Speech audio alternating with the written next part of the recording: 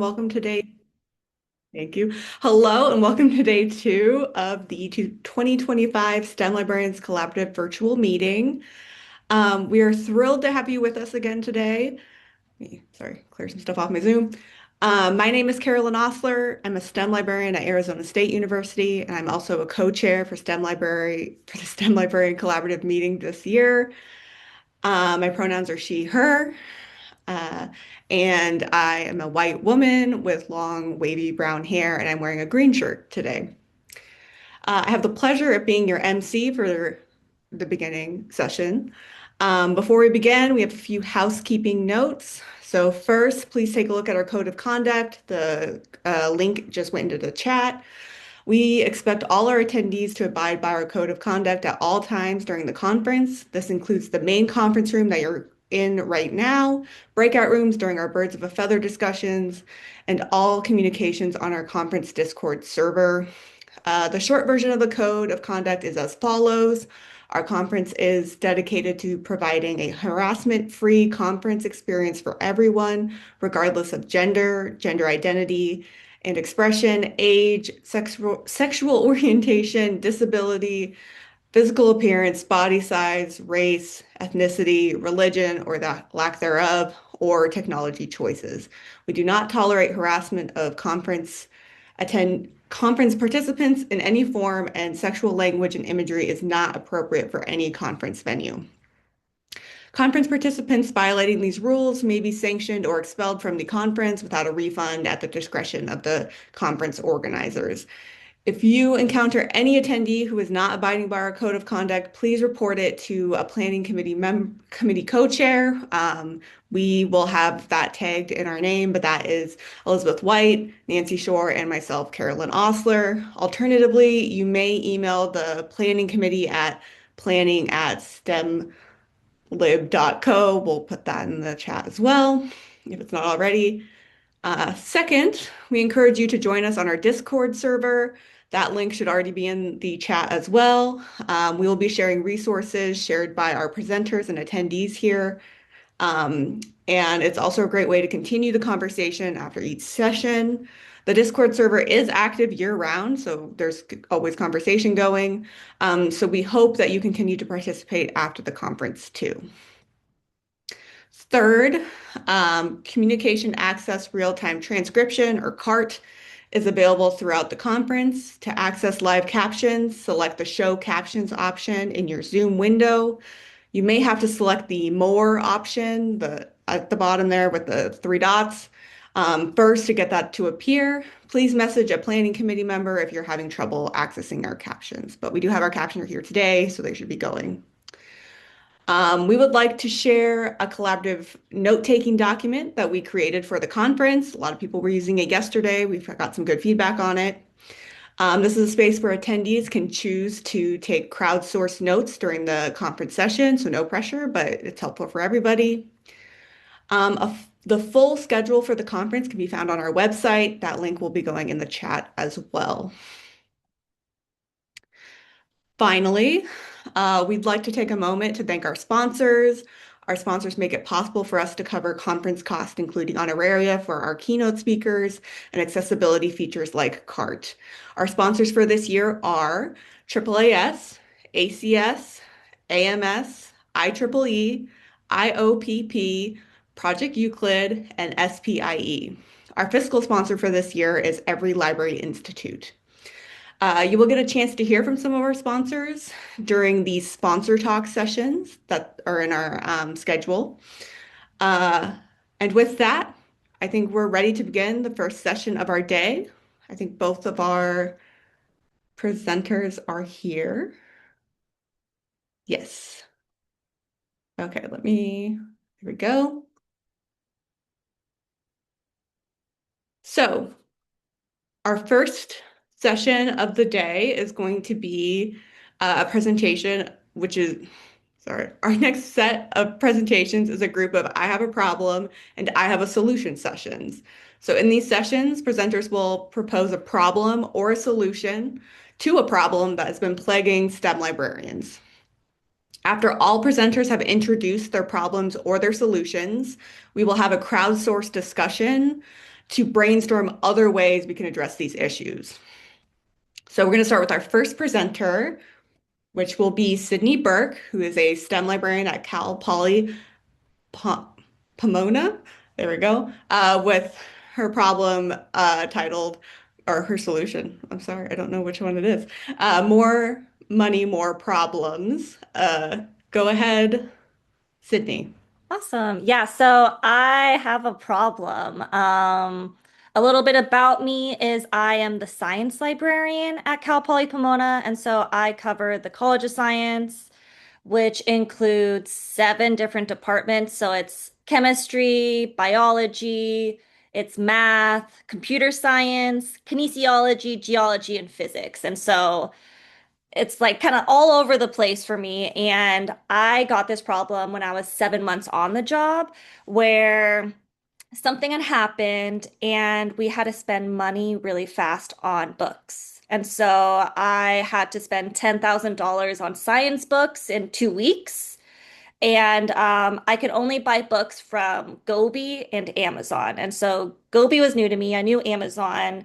And I had only 1 week to buy print books. And I had another additional week to buy ebooks.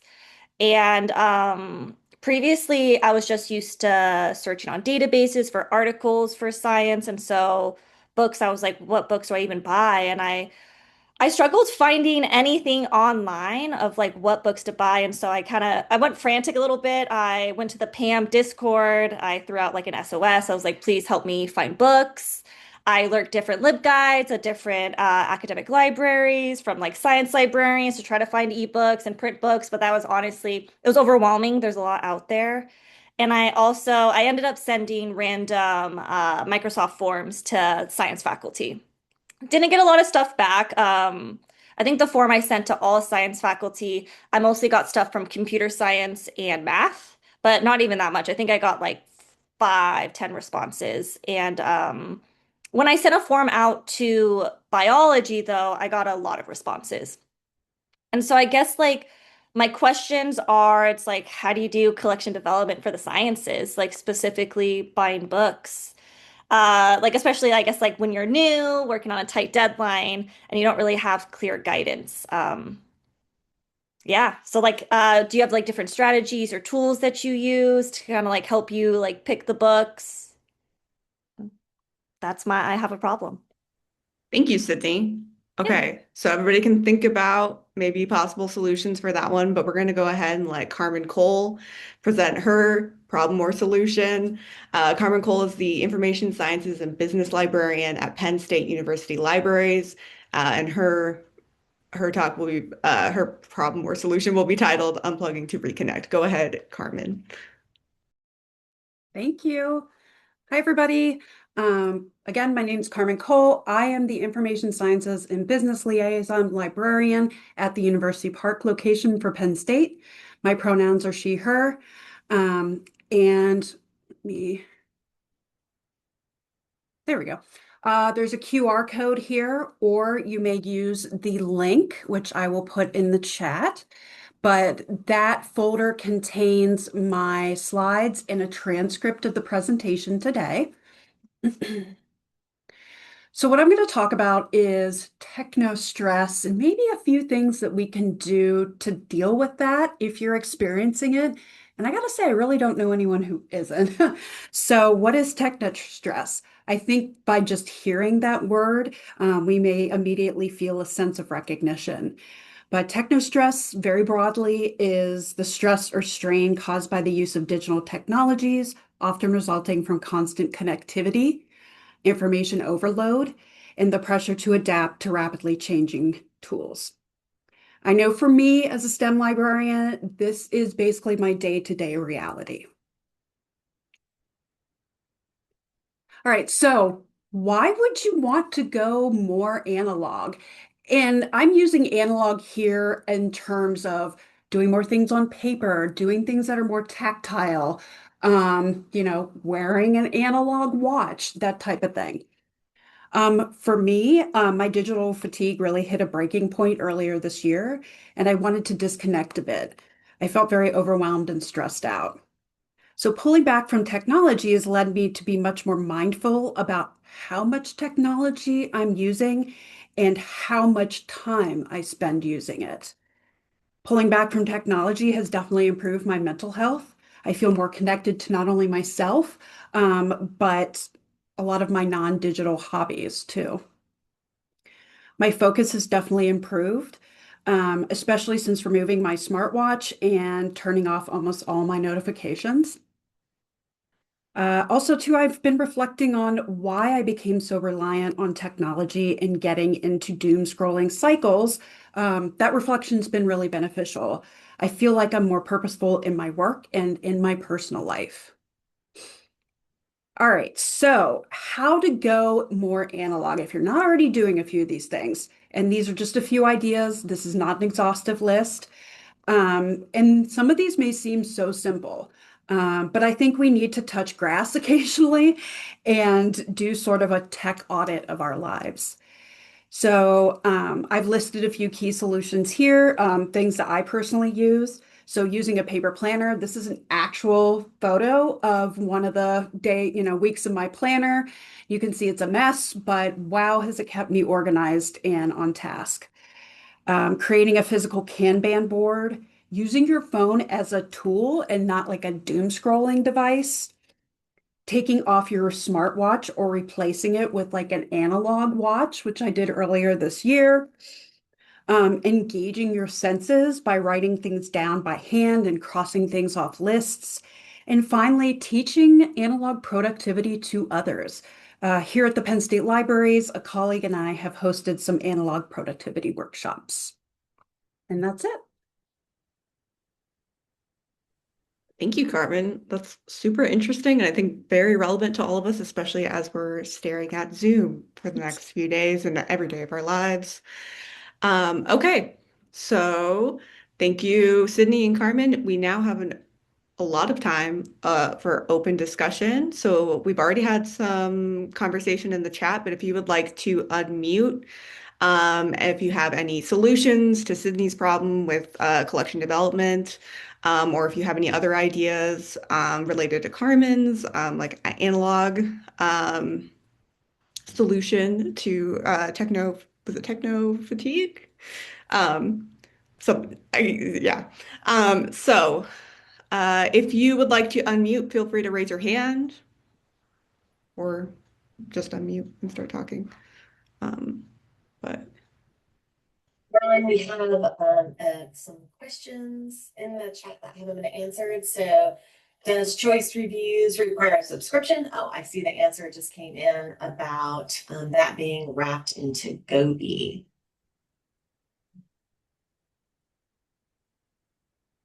And another one is about the list from Math SciNet and what that looks like. How to set that up and what that looks like. That was Sydney Burke who offered that. Oh, excuse me. Sorry, Sam. That was Sam Hansen who offered that. Sorry.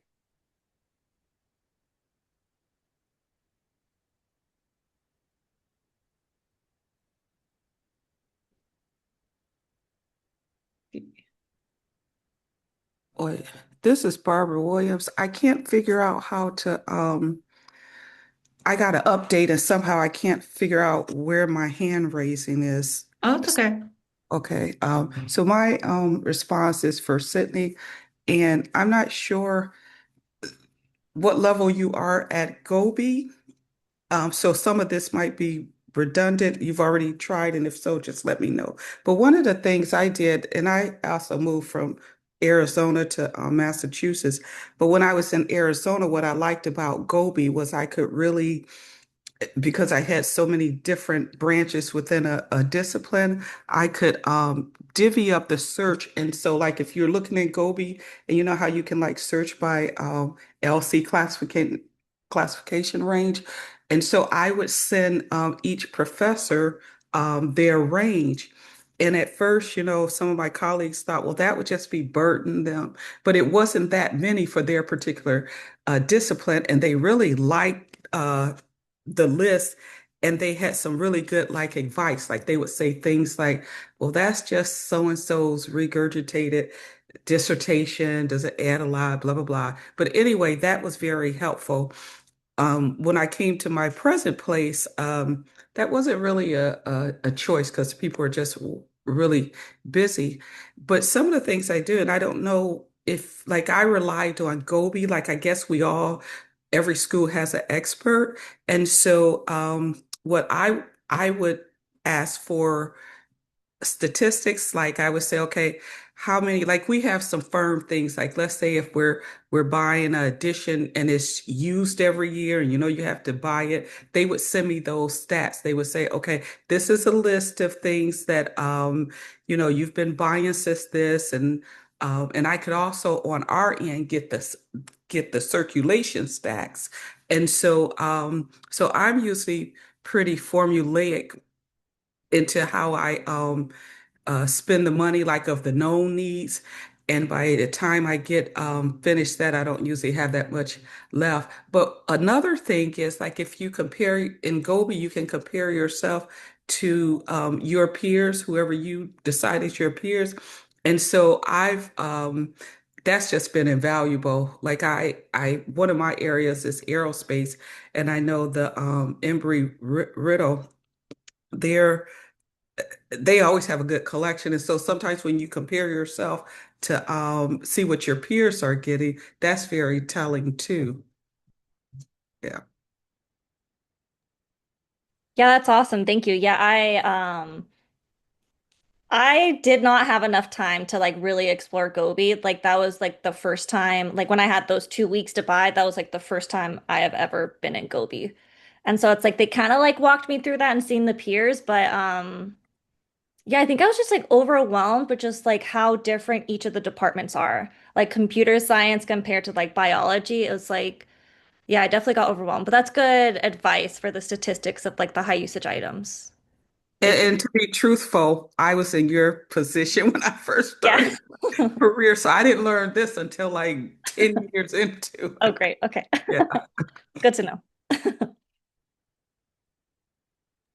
Yeah, it looked like there's a lot of tips on just how you can use Gobi in lots of different ways, a lot of different ways you can use the list. I guess there's spotlight list that somebody mentioned that you can get lists sent to you, was it weekly?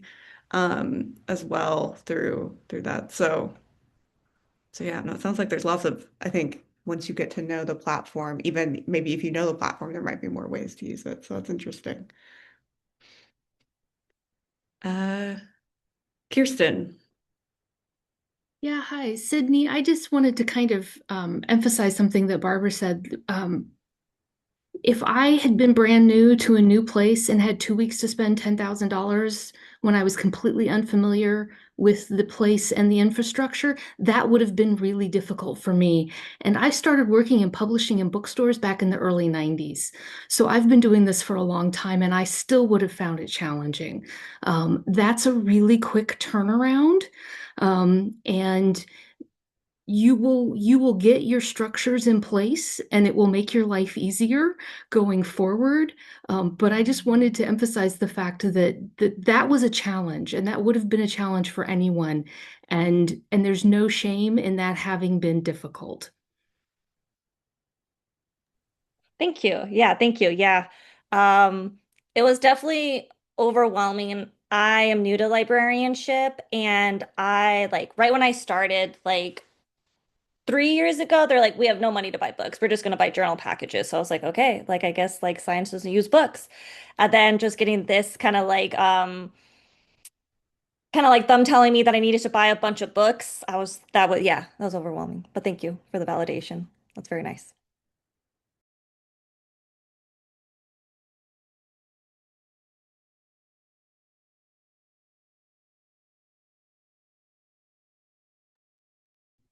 Uh, Anybody else have anything they want to talk about right now? I saw that we have a lot of love for paper and moleskin journals in the chat, and other people who have stopped wearing smartwatches and how that helped their stress levels, which makes me wonder what my stress levels are connected to my smartwatch. Let's Let's see. My smartwatch will tell me when I need to relax, which I don't think actually helps. That's an interesting feature. That one and like, please, you need to move more. It's like, I'm tired. Do you mind if I make another comment? Go ahead. Oh, I was going to say too, like, I understand that people have different accessibility needs and they may need their smartwatch to help monitor their heart rate or have reminders to stand and things like that. Um, but I just think it's funny that while I was speaking to you all, I have my phone in like a little holder here, and I got two spam calls. So my Apple Watch would have been like buzzing while I'm trying to present. So even just taking it off to teach or do a presentation, I think could be really helpful. Yeah, I think we just had a comment come into about turning off notifications. So I think there is some customizing of your devices if you need them or if you still want to be using them. Um, but let's see.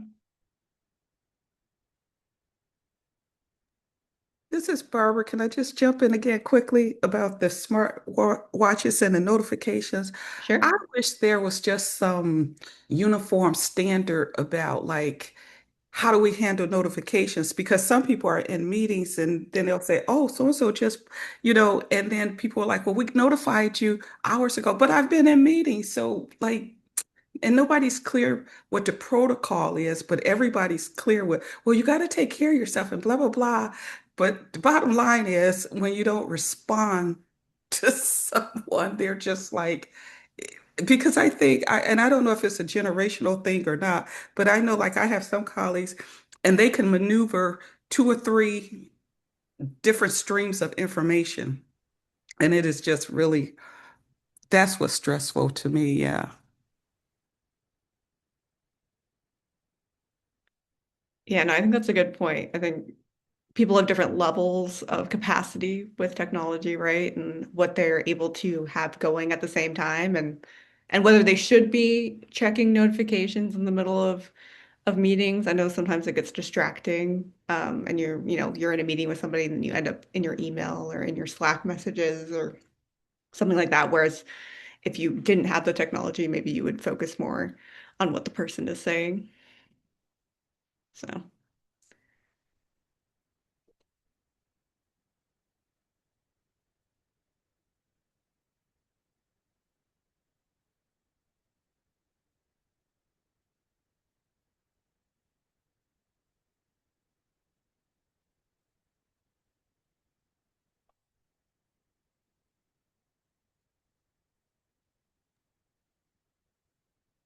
And I can jump in with another comment for Carmen.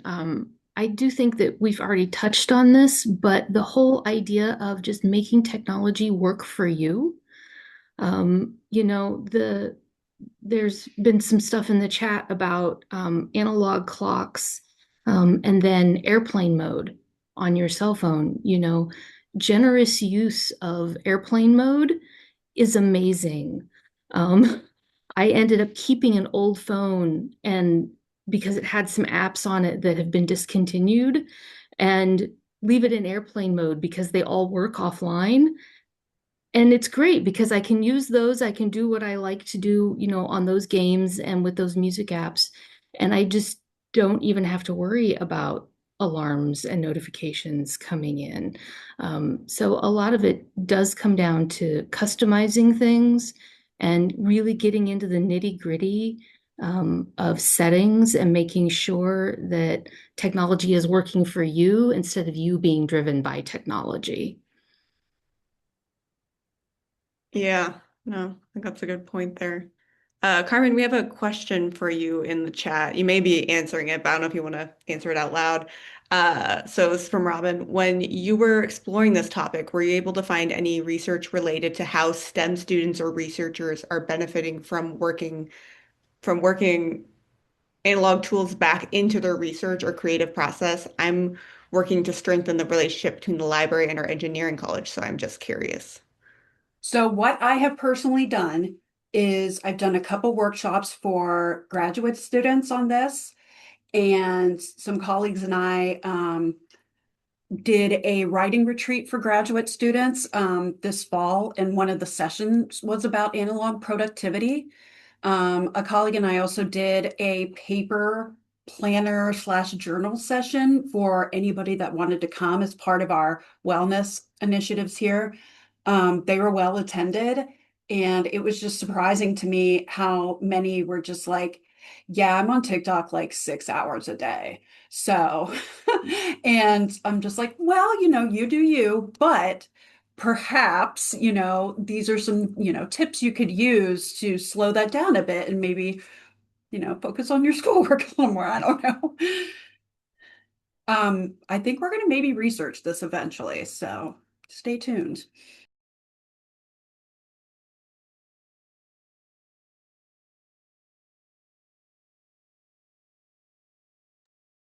See.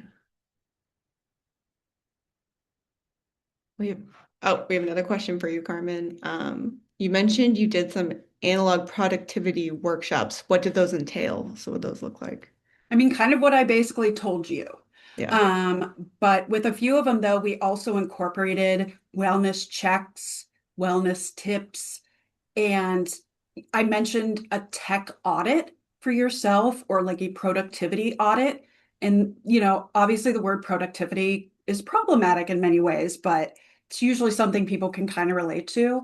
Um, but yeah, so we would give instructions about like, hey, here's how you can, more systematically kind of identify places in your life where you'd like to be, more offline.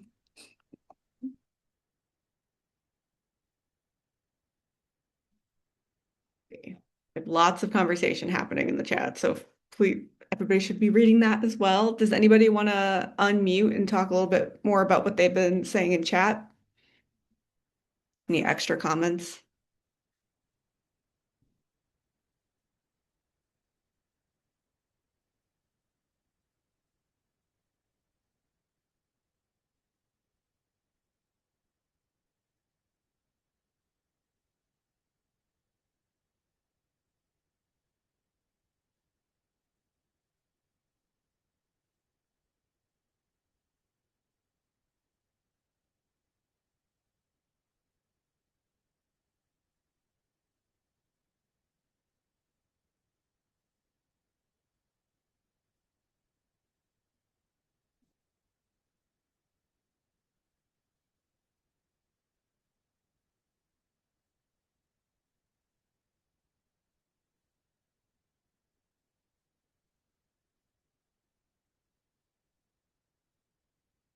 See.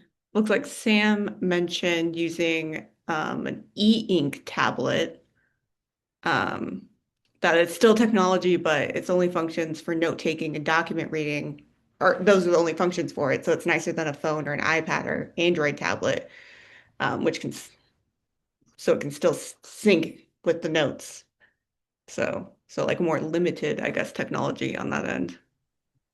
Yeah, I'll chime in to say I also use an e-ink tablet, and it's been so nice just bringing that alone to meetings instead of having my laptop, because I find if I'm taking notes on my laptop, then I also get distracted if an email notification comes in or I check my WebEx messages and all of that. So if I don't even have the laptop with me, it really helps me to be able to take notes and actively focus on the meeting and not the other 12 things that are probably coming my way.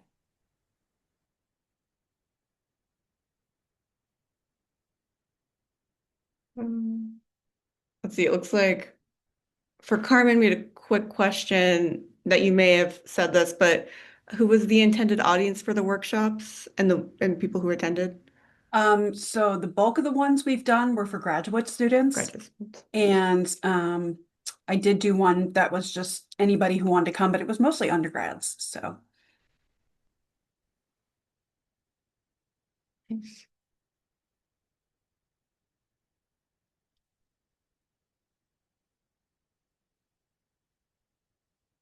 Okay, I think Sydney, we had a comment for you, which is having conversations with faculty over coffee is a great way to get ideas for collection editions, looking up offered courses, and use that to get books to support the teaching, but faculty members love to talk about their research. So this is from Rebecca Rayner.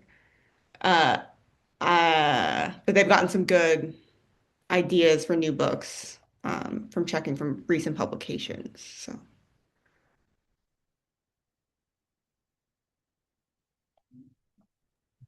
Yeah, that's cool. I struggle getting faculty to kind of respond all the time. And it's funny, it's like we had a lot of money for books, but we had like no money for food, not even like coffee. And so I guess I could supply the coffee and stuff. Yeah. yeah, I think how to get faculty to answer our emails would be its own problem session there. But Totally. Yeah, because the email I sent out, like I had a few other new faculty in chemistry. They're like, we didn't know what you were saying. And I was like, dang, it's like I thought I was like super clear, just like I will buy books. But yeah, I guess I used some jargon in there. Hi, this is Rebecca. Sorry, I just put it in chat, but I know there's a lot going on in chat. So if you're having trouble getting faculty to respond even to emails, a way around that is you can just simply look up their papers and kind of get a sense of their research topics. And then maybe one of those outreach emails could be, hey, I noticed your recent paper on this. We just bought this ebook that really goes along with that. I thought you might be interested in seeing it. So like that might be an idea.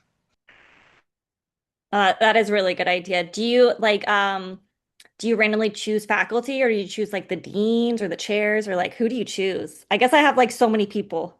It's like I don't even know where to start.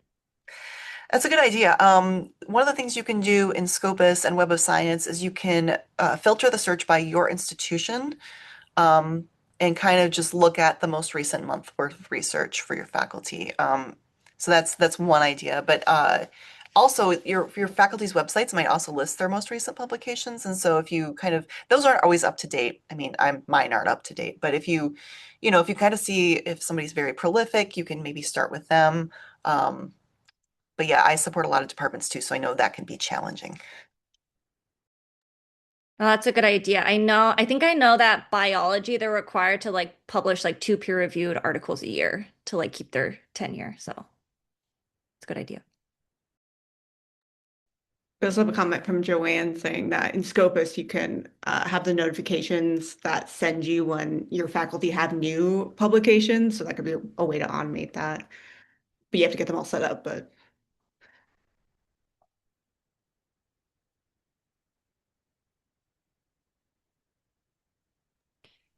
Is there a way I can get like the chat like after this?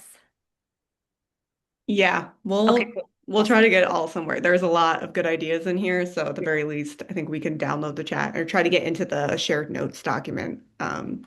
So there's a lot happening, so it's hard to keep Cool. up with it. So we'll figure it out and get it somewhere where people can see it. Thank you. See, we have a few more minutes. If anybody has any ideas for either the collection development and how to find new books for something, or if we want to talk more about the going back to analog and alternatives to different technology. Let's see. Yeah. Yeah. So Elizabeth's gonna save the chat and we'll post it in Discord. So everybody will have all of the comments that we've had. And of course, this is being recorded, so recordings will be available eventually on our YouTube. So don't worry. This is Well, Barbara again. I am curious, do people get better reactions from graduate students and postdocs or faculty? Like I feel like I get better suggestions from graduate students and they're talking to the faculty, and a lot of times the faculty will tell them about new books. So I really target them too. Like we now have a suggested purchase, and so they can suggest anything.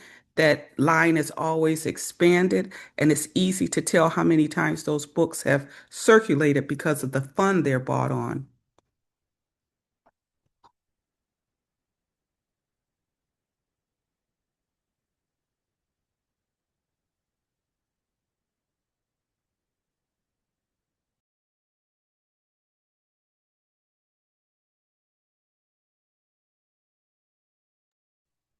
yeah, does anybody have any feedback on whether they're seeing graduate students or faculty who are suggesting purchases? See, Sam says grad students are great people to reach out to for books, as are teaching faculty. You can also pull the ILL list and see if there are any books that have been requested more than once. That's a good idea as well. Um,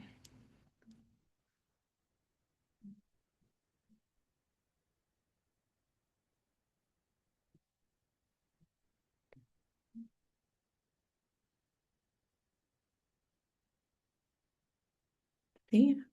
Okay. I think we're about at the end of this session, so we can go ahead and wrap up. Feel free to keep putting stuff in the chat. We'll try to make sure that it gets saved and put somewhere so we can all look back at it again. Thank you so much, Carmen and Sydney. These are both very good questions and solutions for STEM librarians and really any librarian there, Carmen. So thank you. Next, let's see. Yes, lots of applause. Okay, we're going to go ahead and move on to storytelling. So we're going to have a session with two more storytellers.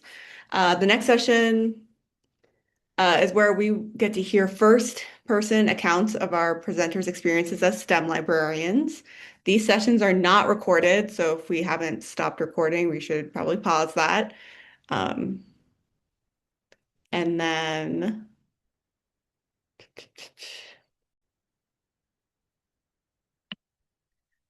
Hey y'all, it's time for our afternoon sessions. I'm Nancy Shore. I'm STEM librarian at Columbus State University in Columbus, Georgia, and I'm one of three co-chairs this year for our STEM Librarians Collaborative Virtual Conference. Just so glad to see so many of you here today. This is day 2. And so I'm going to cover a few things to remind us from this morning, or maybe you weren't here with us. We are thrilled to have you with us. As I said, my name is Nancy Shore. My pronouns are she, her.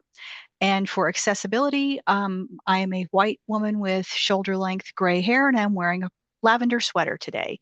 So I'm coming to you from my office at Columbus State, and I want to just touch on briefly, we have a code of conduct for STEM LibCo, and hope that you are aware of that, and we expect everyone to abide by that, whether you are in the conference or if you are in our Discord. So please take a moment to familiarize yourself with that. The link is in the chat.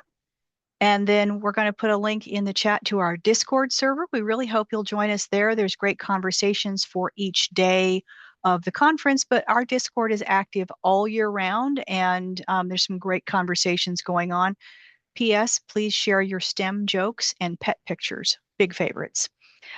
If you are looking for captioning, we have a captioner with us today, and there should be a show captions button or option in your Zoom menu. If you cannot find that, please reach out to myself, Elizabeth White, or Carolyn Osler. We're the three co-chairs, and we'll try to get you set up with that.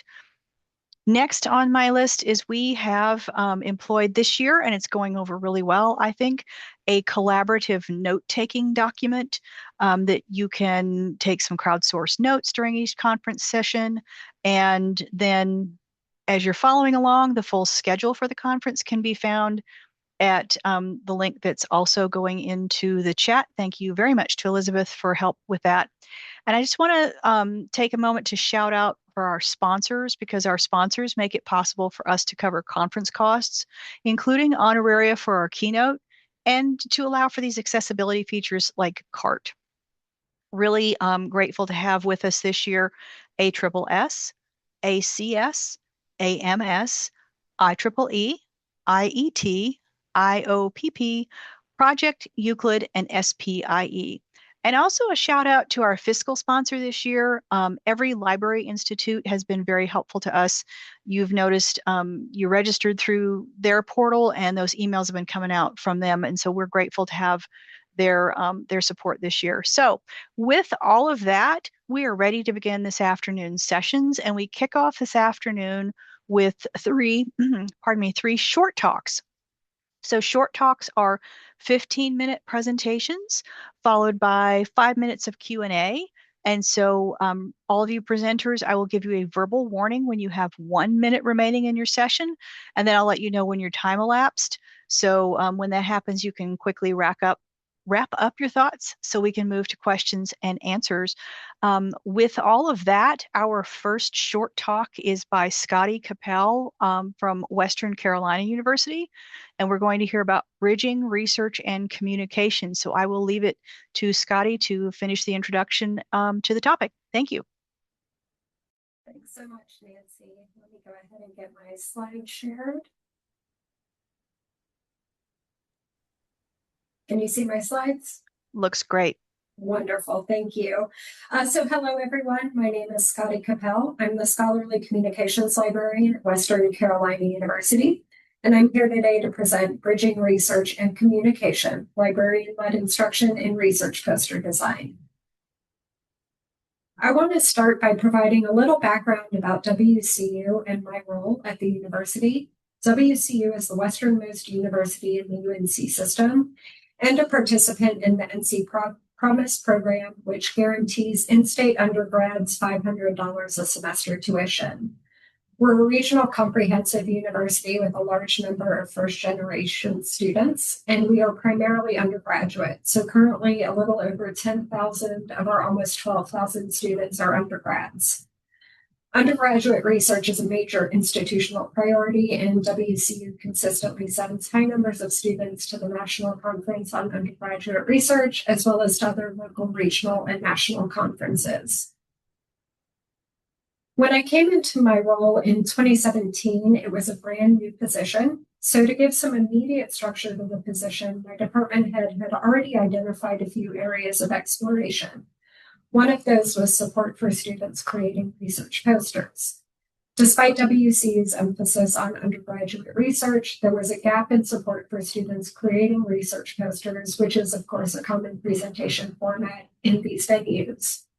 How this support would take shape was up to me to determine, and I had a few challenges going into this. I had a school library background and was brand new to academic libraries. I had no prior experience with poster design, either teaching it or designing posters myself. And being new, I had no established relationships with faculty to get traction. So needless to say, getting started was a little bit of daunting, and there was a fair amount of imposter syndrome that I was experiencing. I searched the library literature and looked around for other libraries offering this type of support, but at that time, there was very little to go on. I knew that I wanted to start with a workshop so I could meet and work with the students in person, but had little idea about common challenges they were facing with poster design and no real idea who to turn to on campus to start these conversations. While planning that first workshop, I had a moment of serendipity when I received an all-campus email about the SoCon Undergraduate Research Forum, which I'll refer to as SURF going forward. So here was an actual undergraduate research symposium that our students were going to be participating in, and that email happened to include the name of WCU's faculty sponsor for the event. I emailed and then later met with that sponsor, and he was really excited to hear about this new avenue of support for students and had not considered that the library could offer such support. He shared with me the challenges he'd observed with students designing posters, and the challenges he'd observed were less related to the design of the poster, but more related to writing the compelling abstract or proposal and nervousness in presenting the poster. So after this meeting, I continued with planning for that first poster workshop, and I decided to gear it more towards the needs of the SURF presenters, but left it open to all students. The workshop focused in equal measure on best practices in poster design and oral presentation skills and was collaborative. So I covered the poster design component, and then I brought in student tutors from our Writing and Learning Center to cover the oral presentation skills. For that first workshop, we had 17 students in attendance, and for our library, that was very successful. So where has the poster workshop gone from its first offering? The SURF connection turned into a multi-year collaboration with an NSF-funded STEM learning community led by that SURF sponsor and by a grant-funded coordinator who later became the university's first coordinator for undergraduate research and was a longtime collaborator while she was in that role. At the same time, more instructors across campus began moving to research posters as culminating projects in their classes. Word of the workshop spread to faculty through my early collaborators, as well as through my subject librarian colleagues, and interest in the poster workshop continues to grow each year. I've now led the workshop 41 times for classes in the applied sciences, social sciences, and health sciences, as well as for students presenting at research conferences and symposia. Now that I've done this workshop for 8 years, I've learned quite a bit about what works and what doesn't work, and want to share some of my lessons learned with you all in case you're interested in doing something similar at your library. So the first step for a successful workshop is goal setting. The goals I've set remain consistent regardless of discipline, which allows adaptability for me. And these goals are informed by common challenges I've observed over the years that I'll talk about a little bit more later on. So my workshop goals are that students will leave able to recognize effective and ineffective elements of poster design, distill research to its most important elements, create and use visuals that tell a story, and communicate their research effectively regardless of audience type. I found that the most successful structure includes instruction and active learning. My current workshop is a blend of active learning, lecture, and discussion. I stress to students at the start that they and their instructor have the content area knowledge, and my role is to help them work through the aesthetic decisions that will complement their research.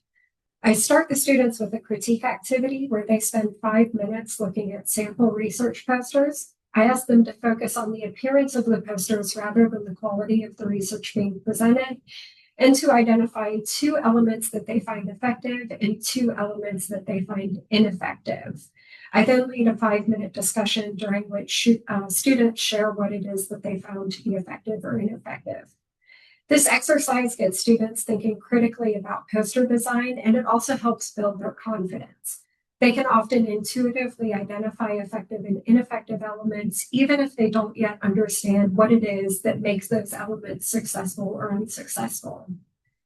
From there, I move into a quick discussion of pre-design considerations, which includes questions about conference or instructor guidelines and audience composition, and how the answers to those questions will shape the poster design, content, and delivery. Then we move into the heart of the session, which is design best practices. This tends to take up the most amount of time. In the first half of this section, I cover layout and content, color scheme, font selection and sizing, and use of images and graphics. And throughout this section, I refer back to the sample posters from the critique activity and the ineffective, effective observations that the students made to help reinforce their understanding with those observations.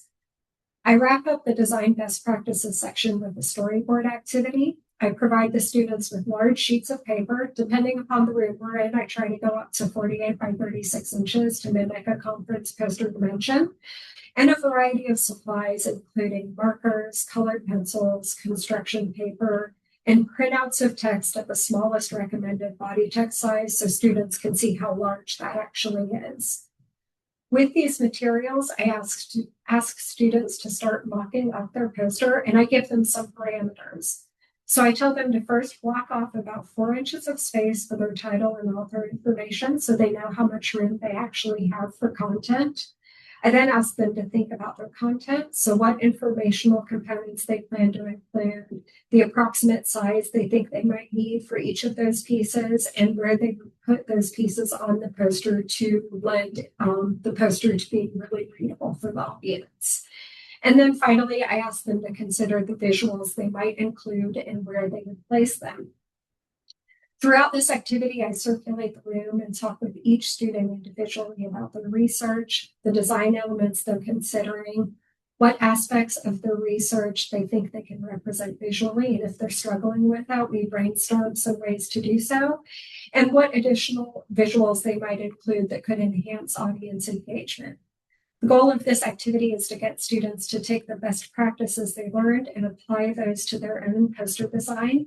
It's a low stakes way for them to practice different layouts to determine what works best for their research. And then they can take this knowledge with them and select or design a template to complement their research. After the storyboard activity, I wrap up by discussing post-design steps, which includes everything from creating and practicing the elevator pitch, ensuring that the poster is ready for printing, and familiarizing oneself with session logistics so that they know when to arrive and they've prepared. How I landed on this structure was through trial and error and a lot of mistakes. My early sessions were too ambitious and too lecture heavy. Based on that initial conversation I had with the SURF mentor, I tried to give equal weight in those early sessions to writing the abstract, designing the poster, and presenting the poster. To fit all of this in a relatively short window of time, I was speeding through content and wasn't able to incorporate active learning. Despite these mistakes, I did learn quite a few really important things in those early workshops that allowed me to restructure the workshop and continue to inform my approach to this day. So what I learned is that students assume that poster design is quick and easy. They struggle to edit and distill large amounts of content. They find it difficult to convey aspects of their research visually, and they often underestimate how design choices affect audience engagement. So you can probably see these things reflected in my goals. So what I was observing was that the actual design of posters proved to be the biggest challenge for students, and this was the aspect I was best situated to address. For many of our students, they've never seen a research poster, let alone designed one, and it's certainly not an intuitive format. So to focus on design best practices, I had to make a couple decisions about my workshop. I decided to eliminate proposal writing. I'm not the content area expert and thought this would be better addressed by the faculty mentor or the class instructors. I also reduced the amount of time I spent on presenting the poster. So the SURF mentor had noted, and I had observed, that students are often nervous at the prospect of presenting, but once they get started talking with their audience, those nerves often ease because they just know their research so well. So now what I do is acknowledge with the students that yes, presenting can be nerve-wracking. I'm nervous right now presenting to you all, and this is totally normal and to be expected for many. And I reinforce with them that the design of the poster is only part of the process. They also need to plan and practice their brief description of the research and how they'll use that description to walk their audience through that poster. And that's kind of the extent of what I cover related to actually presenting the poster. So again, this is the structure that I landed on and that continues to work well for these workshops. These typically work best as an hour or a 75-minute session. I have made them work with some modifications for a 50-minute session, but that does start to get a little bit tight. While planning, it's important to keep in mind how to manage both student and instructor expectations. So for the population I work with, students need to be reminded that designing a poster takes time and should not be saved for the last minute. This can be a challenge for many, regardless of being a student or instructor. There are lots of folks who like to procrastinate. I also let them know that though there is a WCU template, they are not required to use it unless explicitly told so by their faculty mentor or course instructor. And oftentimes that template may not be best suited for how they want to convey their research.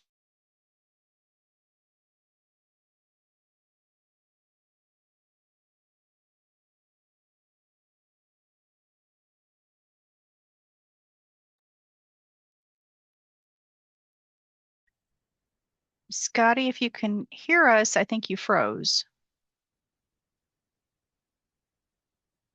Well, it looks like we might have. Oh, Scotty, are you back with us? Yes, I am back. I'm sorry, I must have lost my connection. It happens. It happens. Okay. Let me Go ahead. reshare my slides.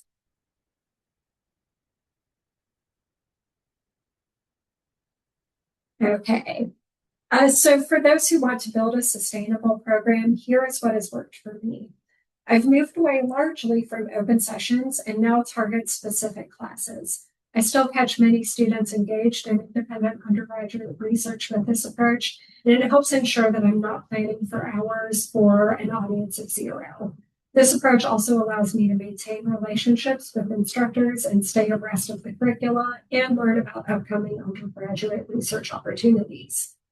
As with all instruction, timing is key. By working with specific classes, I'm able to schedule at the point of need. Ideally, I like to schedule these workshops about 3 to 4 weeks before students have to present their poster. This gives them ample time to create their poster using concepts they learn in the workshop, get feedback, and revise. Support resources I found to be critical. I can't be everywhere for everyone at all times. So to bridge this gap, I created an extensive research poster guide that covers a lot of workshop content and provides links to helpful design resources. This guide is one of our most heavily trafficked research guides and has received over 67,000 views since I published it in 2017. And I've included a link on the slide here to this guide. I'll share the link to the slides at the end of this presentation. Okay, you have about a minute left. Thank you. Finally, and most importantly, I go to as many student poster sessions as I can. I find that to be an invaluable opportunity to see what the students are doing. To wrap up, instructors are reporting that students who attend these workshops are presenting better posters. These workshops allow us to expand on traditional information literacy instruction and allow librarian intervention at multiple points in the research lifecycle.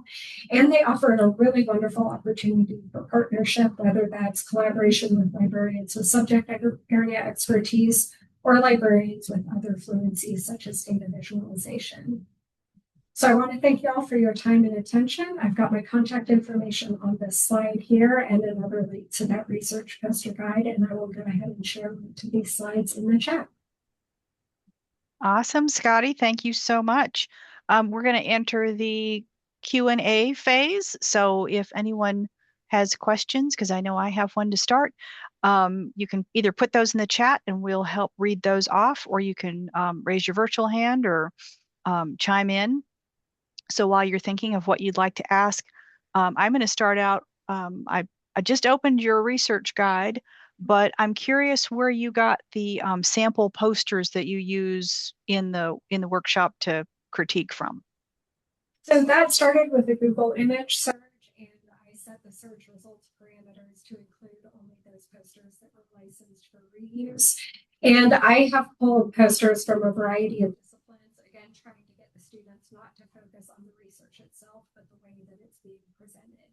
But that's typically how I've gone about kind of building that portfolio of posters, is just through the Google image search with the licensing filter set. Okay, Google image search. Great. Thank you, Scotty. Sure. I see Angie's got a question. What platform do you build the posters on? So that was really up to the students and their comfort level. Of course, a lot of students already have familiarity with PowerPoint, and I try to encourage them, if this is their first time designing a poster, to go with a platform that they're already familiar with. They don't need to try to learn multiple things at a single time if they're kind of on a time crunch. We do have students who are very comfortable with platforms such as Canva and love using Canva. So I'm not prescriptive about the platform the student uses. Okay, great. Anybody else with questions?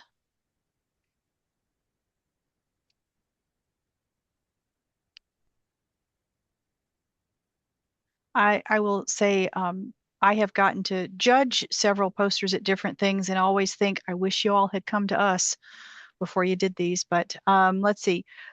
Krista has a question. What is the biggest mistake students make with their posters? What have you seen? Too much text, for sure. They have a hard time distilling and cutting out some of the extraneous text. So definitely distilling their research to its most important elements is the biggest challenge for them. Okay. Yes, it's hard to do that. Let's see. Have you seen any uptake in the hashtag better poster format at your university? So when the better poster format first came out, there was an initial flurry of excitement in the faculty about that.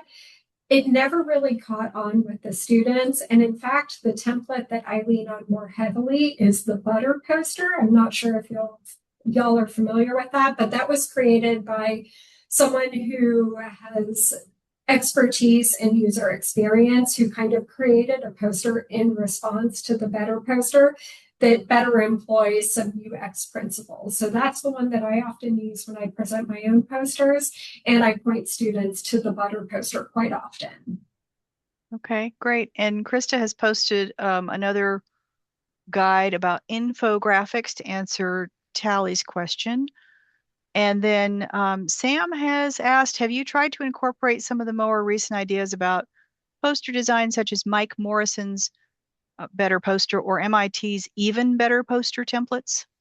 So I haven't explicitly incorporated those into my sessions. I try to keep things a little bit broader and focus more on design principles rather than looking at specific templates like the Better poster. So no, I've not addressed those explicitly in my sessions.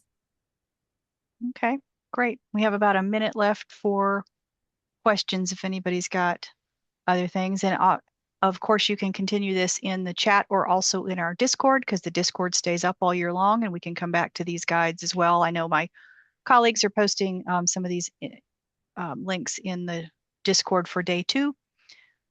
So if anybody has any last questions before we move to the next presentation. And then I'll ask Angie and Jean to be prepared. Looking forward to this. Great. So thank you, Scotty. Really great presentation and very good comments in the chat. So at this point, I'm going to lead into our next session, which is expanding student engagement. And it is from Angie Price and Jean Bossart from the University of Florida. So I will turn it over to you to finish the introduction of your session. Thank you so much. Hi, everyone. So our project is expanding student engagement through a joint science library and museum collaboration. As she mentioned, we both work at the University of Florida. I am the biological and life sciences librarian at the Marston Science Library, and Jean is our engineering librarian. I don't know if you want to add anything else, Jean. Oh, you're muted. So thank you, Angie. We're real excited to be here, and we'll try to Yes. unmute. Yes, no, that's okay. And these were our 2 collaborators in the museum, Alberto Lopez and Janelle Pena Jimenez. And they both work in like the education department of the museum. And the background for and sort of challenge for this was connecting STEM students with all of the university-wide resources, including those housed at the Natural History Museum and the Science Library. So the Natural History Museum is it's associated with the University of Florida, but it's also sort of its own separate entity. And so we were able to collaborate with them when they were having a really big construction project. Basically, they announced that they were going to be closed for 15 months for renovations, and they were looking for ways to do educational programming and community outreach. And so, yeah, this is where historically we had limited interaction. We are on different parts of campus, and the target for their programming is normally school-age children and family programming. And most of our patrons are STEM college students, so they didn't have a lot of access or programming directed towards them. And so when we learned about the museum being closed, we offered to collaborate, provide a venue within the library for continued museum programming, focusing on college-age students. And then we also wanted to showcase library collections while we were doing this. So we very much wanted it to be a very collaborative partnership, and it definitely grew and changed throughout our entire last year because we got a grant and it lasted from January 2025 through December. And so we reached out, we talked about what we wanted to do, got some internal funding, got our IRB approval, and then started planning. So for the museum, basically, the benefits were a new demographic focus for outreach, like we mentioned, and creating new programming for college-age students, as well as sort of continual advertising for their reopening, because, you know, it was, they're going to be closed for a very long time. And even though they tried, you know, advertising through like social media and stuff like that, like, you know, you're never going to reach everybody. And for us, we built a lot of partner book displays, and we also showcase the tools and technology that we have available to check out, like microscopes, VR equipment. We have a lot of stuff like that for the students at our library. So we ended up selecting topics for 6 events. We did 3 in the spring and 3 in the fall. And these were our topics. We had the birds and the bees in February, where they built sort of like electronic cards. And then we had the swamp for the springs, because if you don't know, University of Florida campus is the swamp. And they were talking about Florida springs, freshwater springs throughout the state. We had a pollinator pop-up. Then we had fantastic frogs in September, crepuscular creatures, and shark science, just most recently, like last week. So this next part is just some of our photos and highlights of the events. With the birds and the bees, it was focused, it was in February and it was on Valentine's. So we had them making light up cards, and they learned how to make their own little circuit with the LED lights to you know, have their own little light up cards. And then we had the Honeybee Lab, which is another associated entity with UF, that they were able to come in as well. Plus the museum experts, and it was very popular. Next, we had the swamp for the springs. They had museum specimens of like fish and other freshwater animals, and experts on the springs. We had underwater springs diving experience, and the Thomson Earth Systems Institute also came as our experts to talk about the springs. And the students made their own little sort of mini ecosystem in a jar. And then we had the pollinator pop-up was in April. We had, again, museum experts, pollinator specimens. The UF Honeybee Lab actually had such a great experience in February that they asked if they could come back for another event. So we invited them for this one. And we were able to have live caterpillars. And this is where we also had like our equipment set up, microscope set up, and we did like a pollinator seed giveaway. I'll hand it over to Jean for the next one. So we took a little break during the summer when less students are on campus, but then started up again in the fall with Fantastic Frogs, which I think was actually my favorite event because the frogs were so cute. They actually, Angie has these enclosures that she brought for the frogs, and the students got to see them, and they really liked just having any kind of live animals. I think that was always a very high selling point when we had these events. And we would again have our book displays, and we had like a lineup of students more than we possibly could imagine. So that one was super popular. And they got to build their own flashlight, which they also like to do that. Let's see, next slide. So then for the next event after Fantastic Frogs, we have crepuscular creatures, if I said it right, Angie. And so these are creatures that come out at dusk. So it's bats and moths were who we were highlighting. And we had make your own bat mask, and Angie's modeling the one that she made. It's really nice. We had it was right around Halloween. So we had our skeleton, and the students could identify human bones. We had lots of free candy and pins and things. And then they were also able to make a UV flashlight so they could go out in the right at dusk and looking for some of these creatures. Okay, next slide. Okay, and our final event, which was just last week, we finished off with shark science, and we had some really great shark's teeth there. Like they were actually like fossils of shark's teeth. We had them where they could make their own necklaces, and those were 3D printed shark's teeth. We gave them to make those necklaces. The museum was there. They had their experts, and they brought a whole bunch of different, just all kinds of exhibits for the students to look at and touch. And it was really good. I think that was also a positive one. So we actually collected a lot of data during these events, and we'd ask the students to respond to our survey. So as expected, most of the students who came were undergraduates because we really are right at the center of campus, and we're like the science library, and most of our patrons are undergraduates. So we had 89% were undergraduates, and I think about 10% were grad students.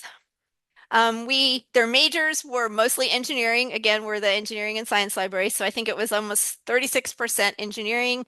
And then we also had some liberal arts and sciences students and agricultural and life sciences. UF is they have a big agricultural school here as well. Okay, next slide. So what were our survey responses? So we asked them, does this event make you want to visit the museum? And we were really surprised at how many students had never been to the museum. And the museum, the only way they had kind of been there was they share a parking lot with the gym, the student gym. So they had all been to the gym, but they had no idea that the museum was like right there in the same parking lot. So I think that was a really great thing where a lot of them said, does this make you want to visit the museum? And we had over like 93% said yes, they wanted to go. And they said, how likely were you are you going to go to the museum based on this event? And I think we had an overwhelming response that they were going to try to go to the museum. So that was really good. Let's see. So we also asked them, what library resources did you learn about as a result of attending this event? And we were surprised to see that most of them didn't know that they could get research assistance from the librarians. So that was really positive.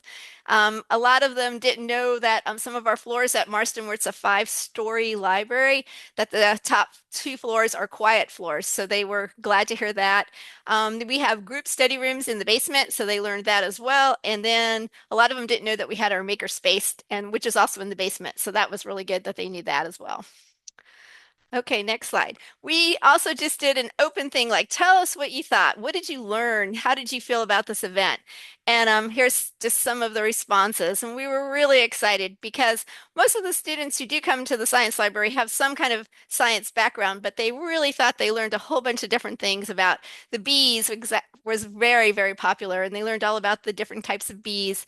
And then the bats that are natural pollinators, because we do have bat houses, 2 very large bat houses on campus. And so they were interested in going over and seeing the bat houses. Let's see, we had some different things about like you can borrow some of like they didn't even know that you could borrow a microscope from the library. So that was really nice too that they were able to see that. So lots of really great comments.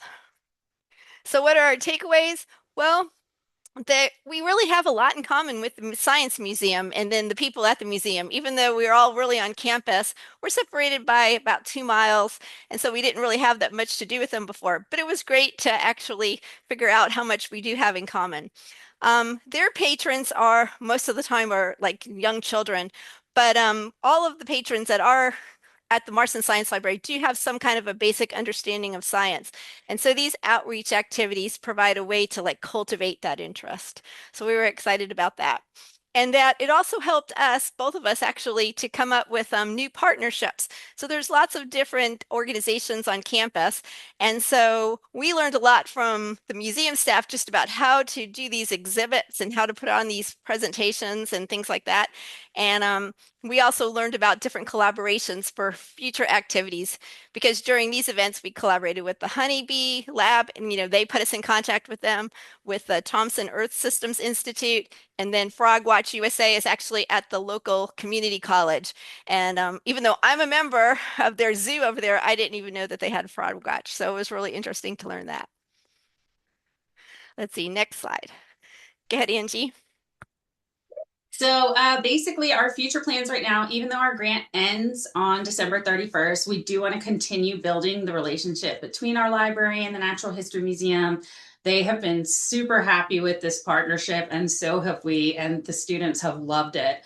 So we're looking at other opportunities for joint activities, including an upcoming library exhibit. We actually put together a shark exhibit that we are going to present in glass displays with books, but also some biofacts like shark jaws and fossilized teeth and things like that.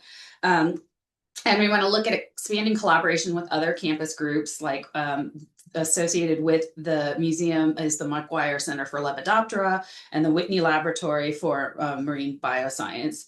And so like we want to, you know, keep going with that. Finding the funding will be possibly a challenge, but we're excited to try. That was pretty much it for our presentation.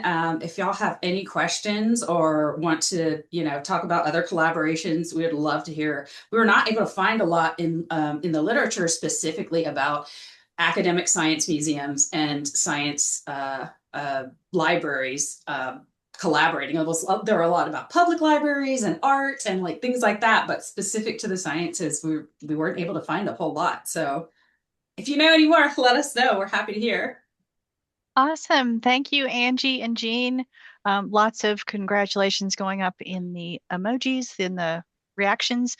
And we're going to enter into 5 minutes for Q&A. I see one Q in the text from Tess. How do you see this collaboration evolving once the museum reopens? I would say I don't know that it's going to change substantially. So right now they are doing more of a focus on outreach and community programming because they don't have their specific, you know, space to operate out of. But I think they have found that they have enjoyed doing it so much they want to continue to do a lot of outreach and community programming. In addition, even though after the renovations they will have their own classroom space, it is still, I think, going to be more focused on, you know, younger children, elementary school, and families. And so they still want to continue coming out to, you know, to the science library. And for them, it was just, you know, it's once a month. So it hasn't been too difficult for them to work into their schedule. And while we may have to adjust that cadence somewhat, once the museum reopens, like we're all open to seeing where it goes. Great. I would follow this up because we have a nature center and a space science center here at my school. What are some like lessons learned, things you do differently from the experience? I don't know how much I would do differently per se, just because we learned so much. I think my biggest lesson was that everything is going to take at least 3 times longer than you think when it comes to preparation. And that's like getting supplies, coming up with our activity, making sure that we have everything, making sure that we can order everything, making sure that everything is set up, and then just all of the sort of moving parts, because we also did all of the social media alongside it, like creating the flyers and sending in digital slides to our marketing department. And like they would distribute them on social media, but we had to like actually create them and send them to them. And then also doing like signs. I think maybe probably incorporating more signage, because we didn't mention this on the presentation, but one of the things that we found for students, like the biggest way that they found out about the event was either like chance encounter or a sign in the library. So like investing maybe in better or more long-term signage to let them know, because they were always like, when's the next one? When's the next one? Awesome. I think a lot of us can appreciate that. Yeah. Yes, we've still got a couple more minutes for questions if anybody's got that, or if you want to ask questions maybe about presentation, favorite frogs, favorite moth, things like that. I'm sure Angie and Jean would be open to that as well. And like we said before, having live animals there was just a Yes. huge draw. We would do that again. Like once the bees were there, they were so excited because they put like a little mark on which one's the queen bee. And so they would just sit there and stare at it and try to figure out, you know, just how the whole bee dynamic worked. The frogs were really popular. And Angie and Yes, I they basically loved the frogs. they did. They really did.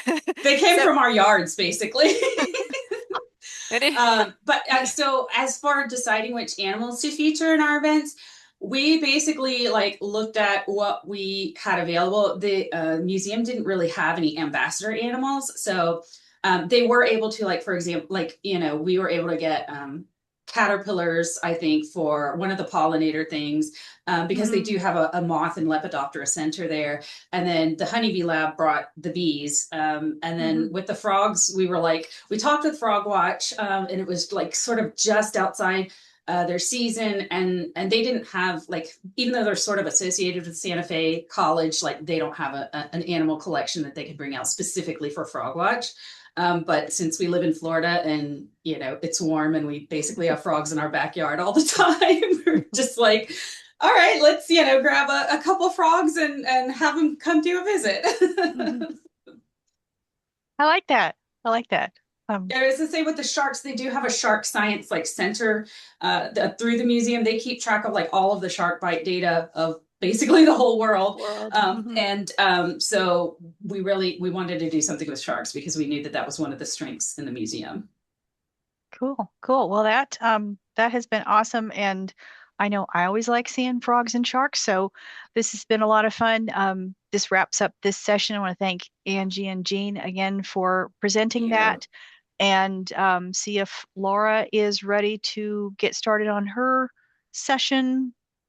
Yes, next. hello. I am Awesome. ready. Great. I am so pleased to introduce Laura Miller from the University of Arizona Libraries.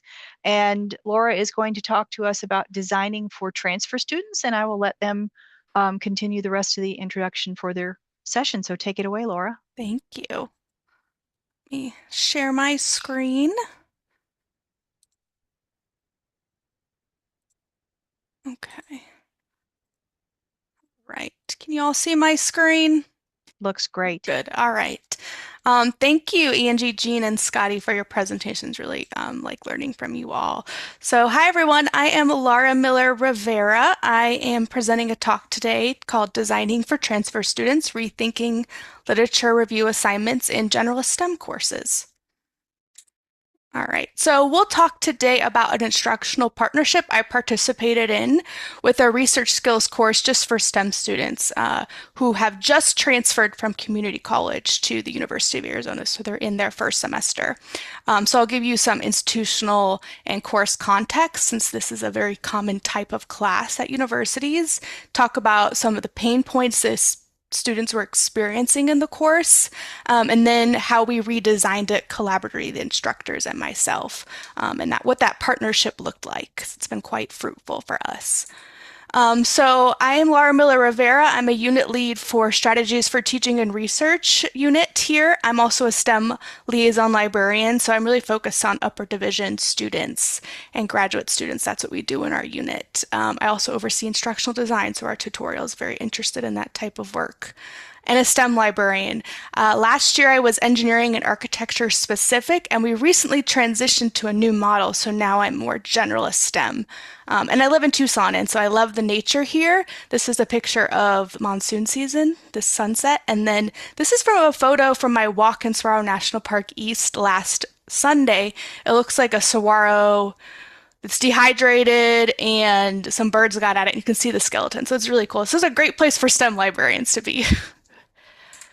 So the University of Arizona is a large research-intensive land-grant university, so very science-focused in applying science findings to the borderlands in southern Arizona communities. So it's really committed to that education and helping people in the community who work with agriculture, for example, to get the most recent updated news about science topics. And we have a really large undergraduate student enrollment, about 43,000 students, and probably around 30,000 of those are STEM students. It's always hard to get a perfect STEM enrollment number. And psychology is the largest degree here out of all majors. And a very significant transfer student enrollment. So in the fall, we had 2,500 transfer students. And I'm told anecdotally that these are all mostly STEM students, the large majority. And we have a cool mirror lab here. So this is a picture from some of those mirrors for optical telescopes. So this partnership that I worked with was for a generalist STEM research course. And these are really common at the University of Arizona and maybe at some of your institutions too. So I thought I'd talk a little bit about what are they and some of their challenges. So these are courses that build foundational research habits for STEM in general, so kind of all science. That's why I put this image here. It's like all the science things at once, mixed up together. So they're designed for STEM students, but they're not anchored to a single discipline. So it won't be, for engineering or biology students. It's just all science students, maybe foundations of science research or research skills courses, titles like that. So they focus on broad topics like how to find literature reviews, researchable questions, finding evidence, communicating those ideas. And they're also positioned as a transition space before discipline research starts. So they really help students build that baseline research. A big question I always have and I'm always looking around in the literature is, to what extent are these generalist STEM foundation courses effective in preparing students? And they are, right? So academic preparation and interest do predict STEM persistence. And those course-based interventions can really improve inquiry skills in other courses. So they are effective for students. They do come with their challenges, some that I've seen, maybe you've experienced too, and that have come up in the literature here and there. So that broad focus can tend to overwhelm students, right? All science topics, pick any topic. So that can be overwhelming for students. And they can fall into this trap, and this is from me, that learn now for later use type of trap, in which they're teaching concepts that they're going to need later on. And I've noticed this when I'm in those courses, the language instructors are using or how they're introducing topics, and then in the course documents as well. So learn now for later use. So that relevancy can be tougher for students. And they have varied experiences in one course. So mixed majors with a wide variation of research experience. This is a challenge, but also a strength, right? But it's a different to find that common denominator there. And that lack of disciplinary anchor can be tough for students. So learning transfer can happen in those non-disciplinary courses. That is not a requirement at all, but it can be harder and less automatic. So it's really dependent on the institution and good research or good instructional design for these courses. They also have a lot of institutional challenges. At the U of A, we have high turnover for those types of courses with instructors. There might be staff members who have multiple responsibilities. So they really require more sophisticated instructional design for these reasons. That's what I've found in my work. And these are not abstract challenges. So the instructional partnership that I participated in, the instructors brought and named these challenges to me. And so talking about how students were feeling overwhelmed with some of the concepts and struggling to engage with the course. So I'll talk next about what that collaborative redesign process looked like. So this started in January 2025. Yes, we're still in that year. And I partnered with the Arizona Science, Engineering, and Math Scholars Program, ASEMS for short. And this is a program for first-generation high financial need transfer students specifically, so this population of transfer students. And they are admitted through a really short application process. It's nice. They don't put a big burden on these students to go through a lot of hoops to be in this program. If you're in this program, you're required to take one of these research readiness courses in this chart. So it might be science or through the College of Agriculture. It just depends on where these transfer students are going. So it's a 1-credit course specifically for those who are transferring from community colleges. It's mostly engineering students in these courses, I've noticed. And the goal of this course is to help students find research opportunities, build research skills, and build community amongst each other. So there's really an emphasis on exploration and finding your people on campus. They have 2 assignments. The first is shadow a researcher in a lab.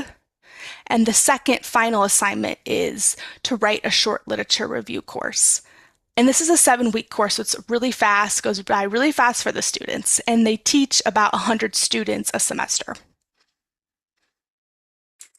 So these instructors brought some pain points to me. They said, aspects of this class are just not working, and we'd like to partner with you to redesign some of the components. So we talked about it, and we came up with a good plan, and we talked through and identified some of those pain points together.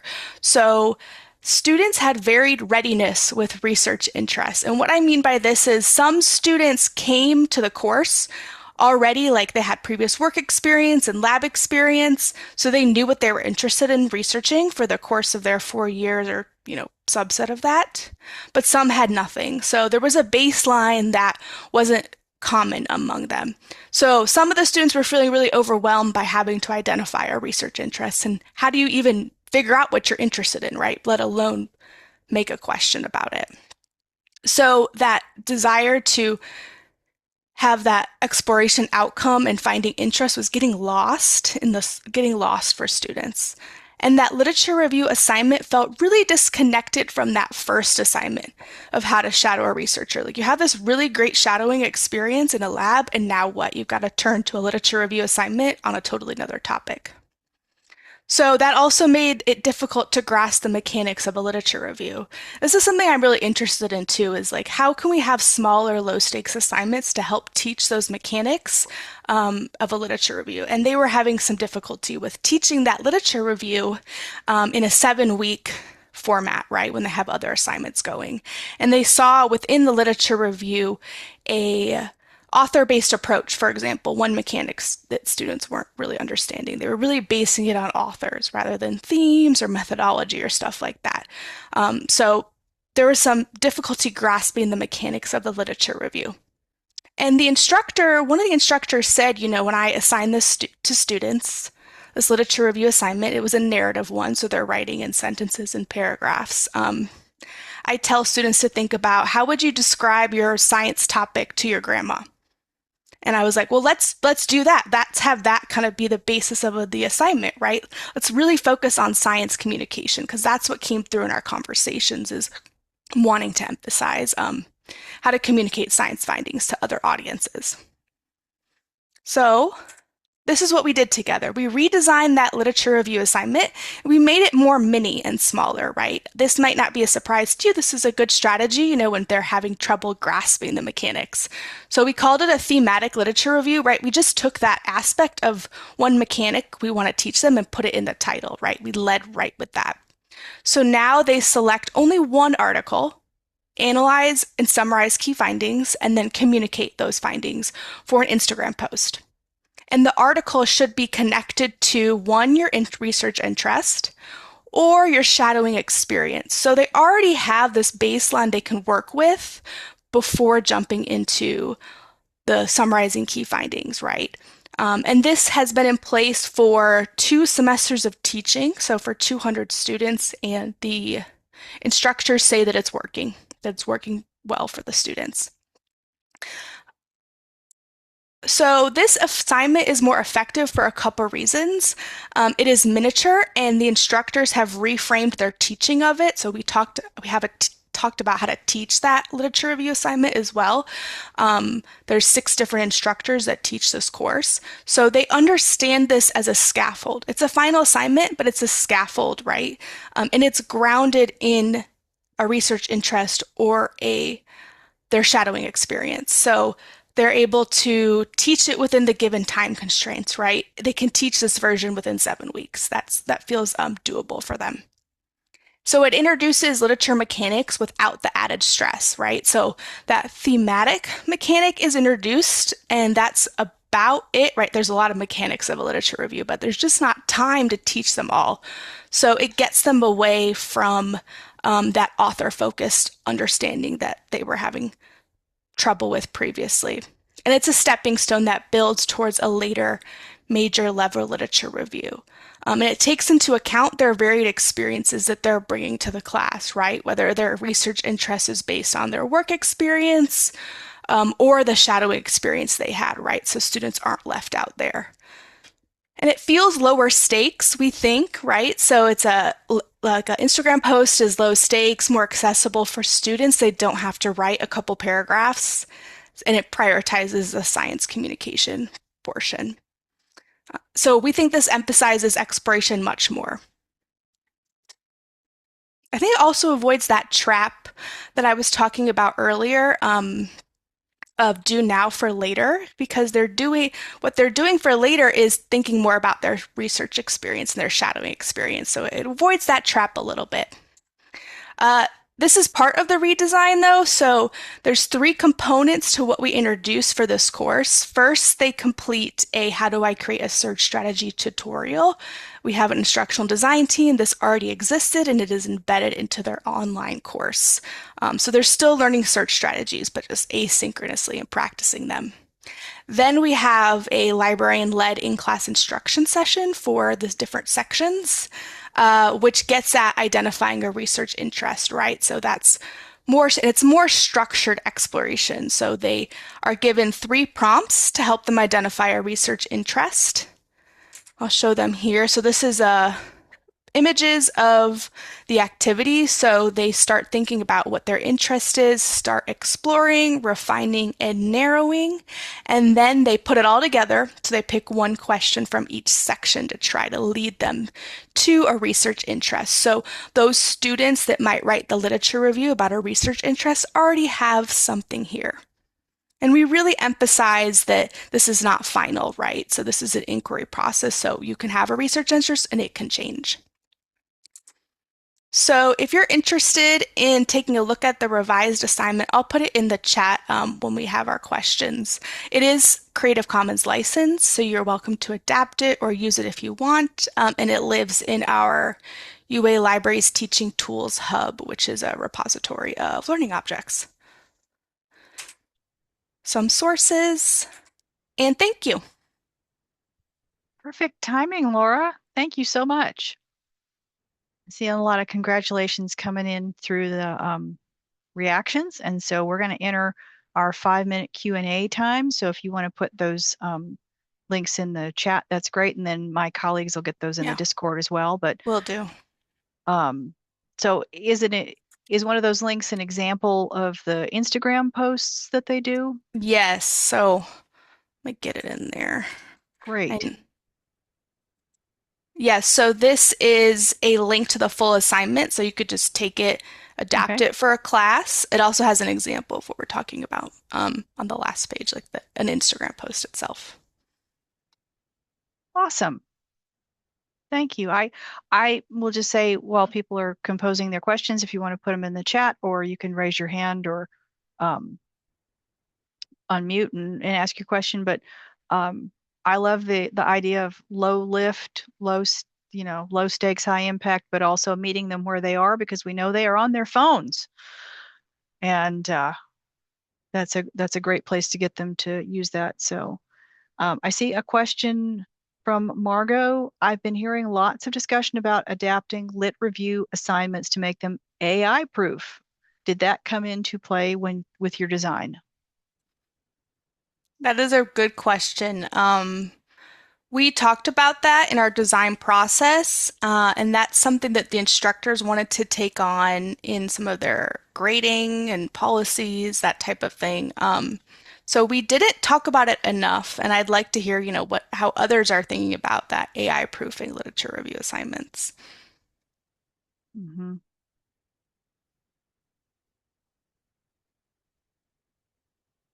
And I'll just say, if anybody wants to use that as a topic for next year's conference, we'll be receiving proposals for that as well. Yes, AI proofing. Yes, and again, from Margot, love the focus on science communication. And I will say, I just pulled up the assignment and I am a big fan. So I think this is something I can use for some of my classes as well. So, all right, we're glad to have some other questions or comments or anything y'all would like to share. We have a couple more minutes.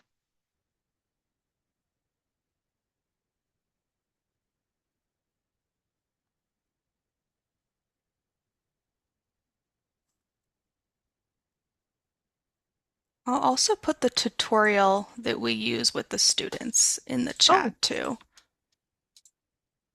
Yes, thank you very much. Let's see. Krista says, what do you think students struggle the most within the revised assignment? Is it still the distilling information down and wanting to write too much? Good question.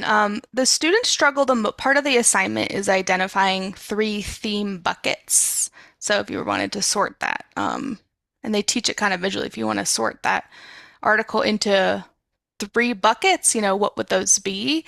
So those are your tags for Instagram posts. Students struggle the most there picking, how do you pick buckets that are not too general, right? If it's about a disease, this article, disease as a theme is really broad.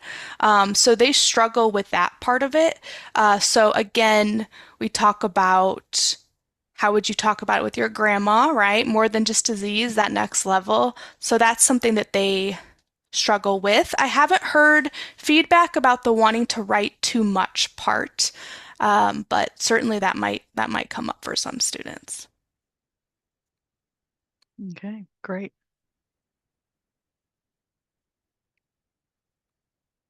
Okay, and that's been that assignment's been put into the Discord. So if anybody wants to look at that later or see how they could adapt that, we still have about a minute left for questions or inquiries before we head into the next session. We're running just a titch long, but that happens. So one question, can people email you later with questions about the assignment? Absolutely, yes. You can email me later. You can probably find me through University of Arizona. I'll put my email in the chat. And if you end up using this, we could, talk about how to improve it and collaborate more, definitely.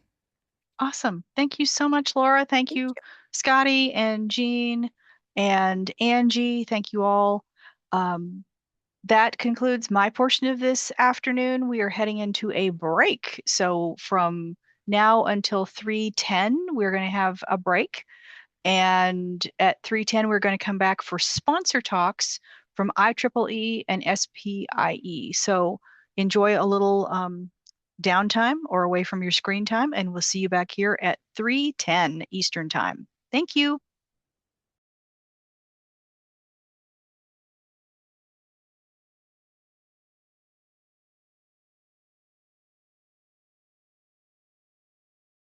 I should probably turn my camera on if I can too. Just one moment. All right, so I really appreciate being here today and for this opportunity to discuss IEEE's accessibility updates as they relate specifically to the IEEE Explore Digital Library. So I'm taking the approach, or maybe it's a little bit of a gamble, that I'm not going to focus on any specific initiatives at IEEE. If we have time, I do have 2 that I'll mention at the end of the presentation, but rather I'm going to talk about who and what drives our work, how IEEE ensures accessibility, and where you can find out more about IEEE's accessibility initiatives. So before we start talking about accessibility, I do just want to take a moment and talk about IEEE, introduce the organization. So many of you know us from the publishing perspective, but we are broader than that, broader than just the content that you'll find on the Explore Digital Library. So the Institute for Electrical and Electronics Engineers, or IEEE as we call it, was founded in 1884 as the Institute for Radio Engineers. As technologies advance, so as IEEE's depth and breadth of publishing. So while we're still known for publishing in electrical engineering, we publish in a wide range of subject areas like aerospace, computing, AI, semiconductors, power and energy, and many other areas. We are a not-for-profit organization with a mission of advancing technology for humanity. And along with being a publisher of some of the leading journals in several scientific fields, we are also a conference organizer, we're a standards developer, we're a publisher of ebooks and e-learning courses, and we produce professional development opportunities for engineers. We're the world's largest technical membership organization with just over 500,000 members, and about 120,000 of those are student members. So the IEEE Explore Digital Library platform has close to 7 million documents. It sees more than 24 million downloads per month and has about 8 million unique users per month who visit it. So as of 2015, we have had someone dedicated to accessibility work at IEEE. And so although I do want to mention that it's not really a singular effort, requires many people and at an organization and multiple perspectives to make sure that the platform and ultimately the content that we house on the platform is accessible for people. W3C accessibility guidelines, the ADA, US law section 508, and the European Accessibility Act offer standards, criteria, and guidance that we use in making sure that the overall website is compliant. We also take note of news related to accessibility issues, and we learn from the experience of others. So with high profile cases in the news, we're aware of the responsibility of maintaining a platform that attracts millions of users each month. So IEEE Explore offers a means for people to discover groundbreaking research, and we want to make sure that people can access and use that information. Apologies to Queen Bee, she probably deserves her own slide here. And our subscribers provide us with input as well. So we receive reports when there are accessibility issues on the Explore platform from individuals. Universities will contact us, organizations. We'll take a look at our accessibility roadmap in just a few minutes. And the majority of the issues identified on the list are from an internal audit, but also from our academic partners. So how do we ensure accessibility? We have our site audited once a year, with the last audit completed on July 25th. DQ Systems provides 20 hours after the audit for us to meet with their team, who provide us with guidance on more complex issues and how to ensure that we have the best solution we can for accessibility.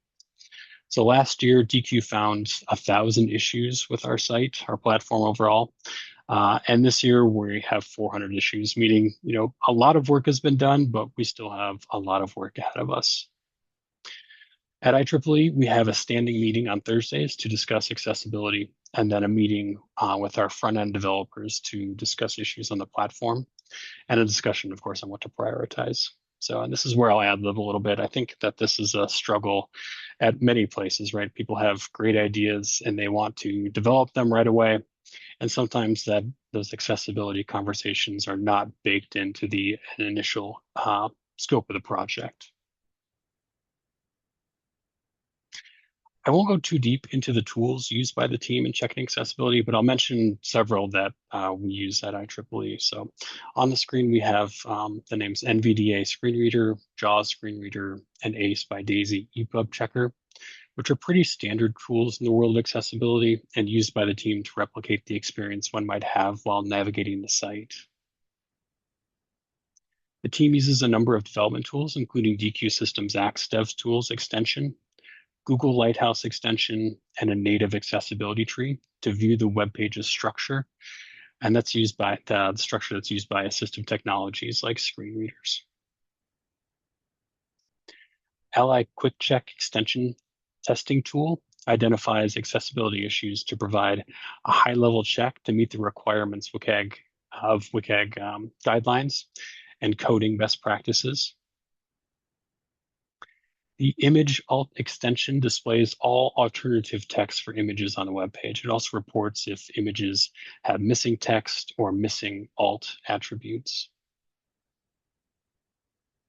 Tab Ally displays the tab order of all the elements, either by drawing a path or by highlighting the elements. So tab order is important for a wide range of users, from keyboard only to people using screen readers to zip and puff as well.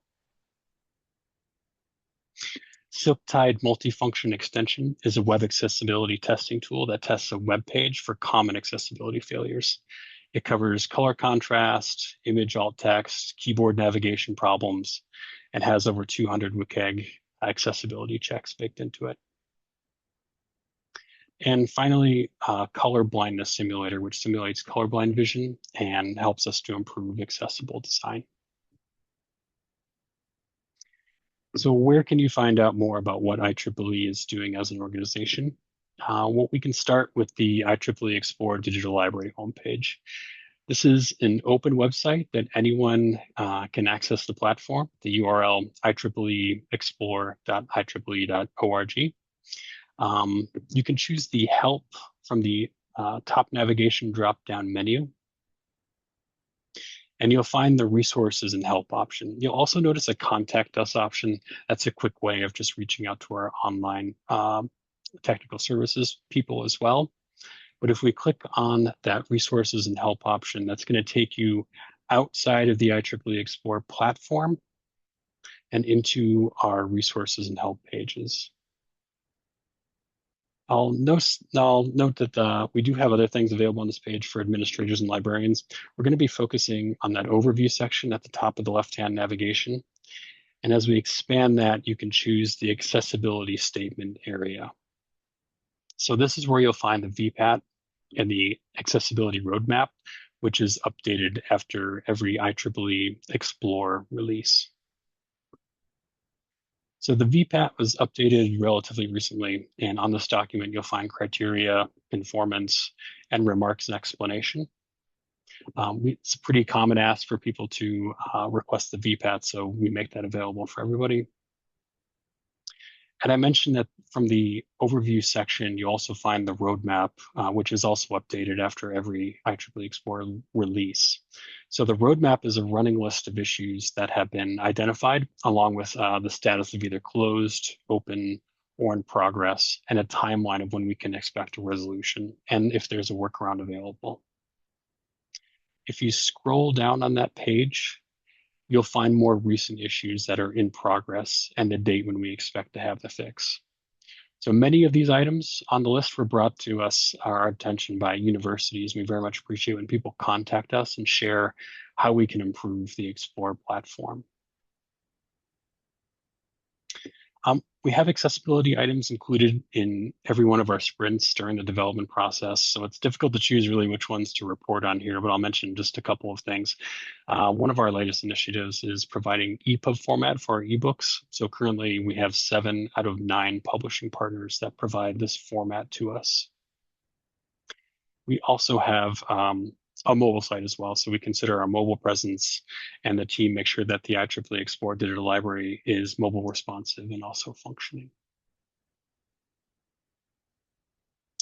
So again, thank you for your time today. I know we don't have time now, but I will encourage you to reach out to either your IEEE account manager, your IEEE client services manager, or use the contact us option to reach out to our online support team with any questions, comments, and suggestions for us. So thank you very much. Great. Thank you so much, Brian, for sharing the work that IEEE has been doing. So up next, we will hear from Sandy Avila, who is joining us from SPIE. So take it away, Sandy, whenever you're ready. Sure, sounds good. Let's make sure I got the right screen to share. That was a great presentation, Brian. All right, is everyone seeing the slides? Yes. Okay, perfect. So my name is Sandy Avila, and I am the Digital Library Sales Manager for North America. Thank you for allowing us to have a few of the sponsors to be able to talk about some accessibility standards and things that we're doing. And just as Brian mentioned with IEEE, just to give you a background on who SPIE is, we are the International Society of Optics and Photonics. It does not go with our acronym, SPIE. In 1955, when our organization was founded, we were the Society of Photo-Optical Instrumentation Engineers, hence SPIE, the acronym. But now we go with the longer term. So that's why we still go by SPIE.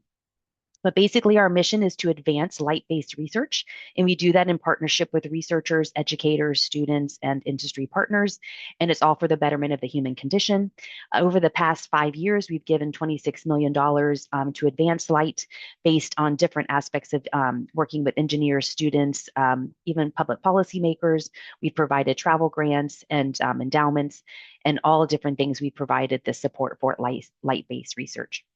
We are also a small not-for-profit industry partner, and we do international conferences as well as publish 15 journals and over 250 press books.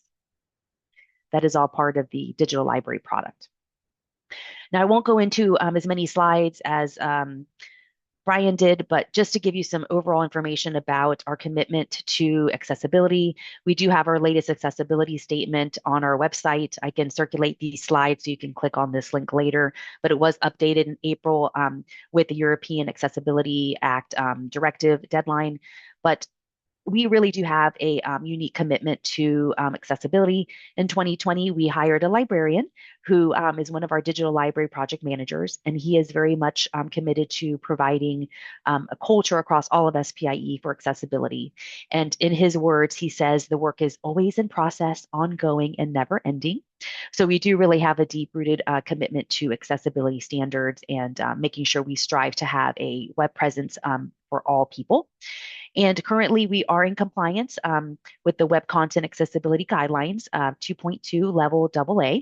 We do have on our roadmap for 2026 is to reach the highest level of conformance with a AAA rating. We have that hopefully to be rolled out in early 2026.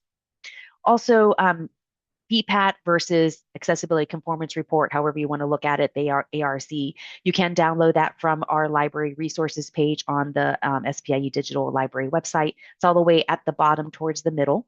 And all of the information about the platform's conformance and accessibility standards is listed there. And as well, we are working towards the April 2026 deadline for the American Disabilities Act, and we are working ahead of schedule to get all of those things ready for you all. In terms of our testing, we do hold monthly testing as well as formal testing 4 to 5 times a year. We do love to get feedback from you all. And in the next slide, I have the email that you can send any type of thing that you might be doing on your own and on your own internal audits. If you find things that you can bring to our attention, please make sure you let us know. We like to be able to include that into our roadmaps for things that we are accomplishing and working towards. So just another quick update, the digital library is going through a redesign. So at the early part of second quarter, we will be rolling that out. So we'll have a better browsing experience, some more cleaner looking pages. It should align a little bit more with our spie.org account if you've ever been online there, and we'll have more responsive design. We will be looking at some CMS updates, content management system updates to our videos. So that will be something new to be looking forward to as well. And lastly, as I mentioned, here's that email, spiedlsupport@spie.org. If you have any questions or would like to bring any feedback towards things that we're doing, please let us know. We'd love to hear from you. And happy holidays. Hopefully you will have a wonderful season this year and continue to have a great conference. Thank you so much for your time. Thank you so much, Sandy, for sharing your work with SPIE. So we have a couple minutes, so if folks have any questions for Sandy or Brian, feel free to put those in the chat now.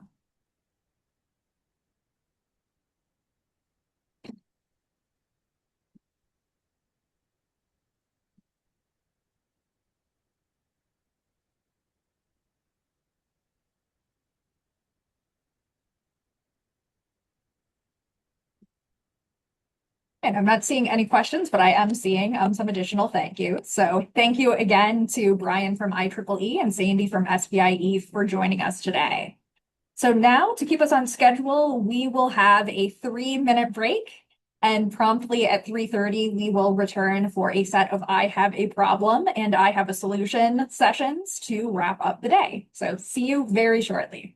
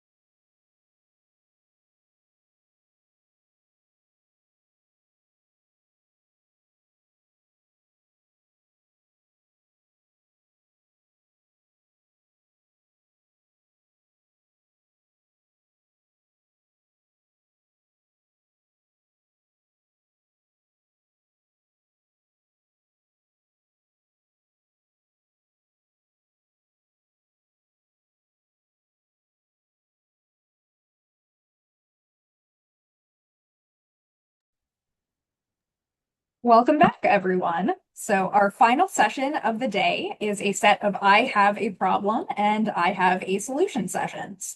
We will have both of our presenters present, and then that will be followed by a crowdsourced discussion about the problems and solutions in issues in STEM librarianship that our presenters have shared with us.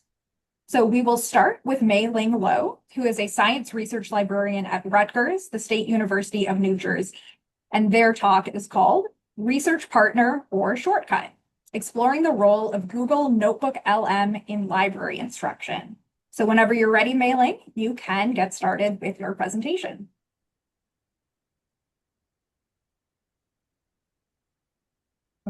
Thank you very much, Elizabeth. And I think you can see my slide right now. Yes, we can. Okay, well, thank you very much for the introduction. Again, my name is Mei Ling Lo. I'm going to talk about NotebookLM today. In the next 10 minutes, I'm going to show you some of the features that NotebookLM offers, and also how, as a librarians, we can think about teaching a tool like, say, AI tool like NotebookLM. NotebookLM was created by Google Labs and launched in May 2023. And since this is a very brief presentation, I have captured some screenshots of NotebookLM to share with you instead of giving you a live demo. Otherwise, it would take much longer. First, to create a notebook, you can actually go to notebooklm.google.com and then log in with your Gmail account and then click on Create New Notebook. You can add documents or sources in several ways. You can upload a PDF or a Word file. You can link something from your Google Drive or paste some text into the box. You can also link to a website or a YouTube video. There's also a Discover Sources option, which uses Google search engine to find materials for you. If you want to add a YouTube video, just copy the URL from your browser and then paste it into NotebookLM as a source. It's just that simple. So here's an example of one of my notebooks, and the topic is the environmental impact of generative AI. On the left, you will see the sources that I have added, and in the center, you will see the section where the summary and the chat with NotebookLM appear. On the right, NotebookLM can create things such as podcasts, quizzes, or flashcards based on the materials that I have uploaded. So let's listen to this podcast for a brief moment. Sources point out that big players, think Amazon, operate over 100 of these globally. Each one might have something like, 50,000 servers inside? Yeah, it's wild. But it's not just using existing data centers, is it? Generative AI actually changes what these centers need. That's the crucial point. A training cluster built specifically for Gen AI, it needs maybe 7 or 8 times the energy density compared to, say, typical. Okay, so I'm just going to stop for now. I won't make you listen to the entire podcast. In addition to generating a podcast about this topic, NotebookLM can also create a video overview of the topic based on the materials that I have linked to or uploaded. And I can also decide the visual style, whether it's in the cartoon or more realistic style as well. So let's watch this video that NotebookLM has created. I did not create any of the graphics or write the script. It was entirely generated by NotebookLM. Cost of one of the most powerful technologies out there, generative AI. You know, it feels completely invisible, almost like magic. But as we're about to see, its physical footprint is absolutely enormous. So let's start with something simple. What does it actually cost to ask an AI for a joke? I mean, it seems like a totally weightless action, right? You type, and poof, an answer appears. But what is really going on behind that screen? What's the physical price of that little digital request? Well, in just a few seconds, your simple question travels maybe hundreds, maybe even thousands of miles to a massive building that's just packed with computers. In there, these super powerful chips, GPUs.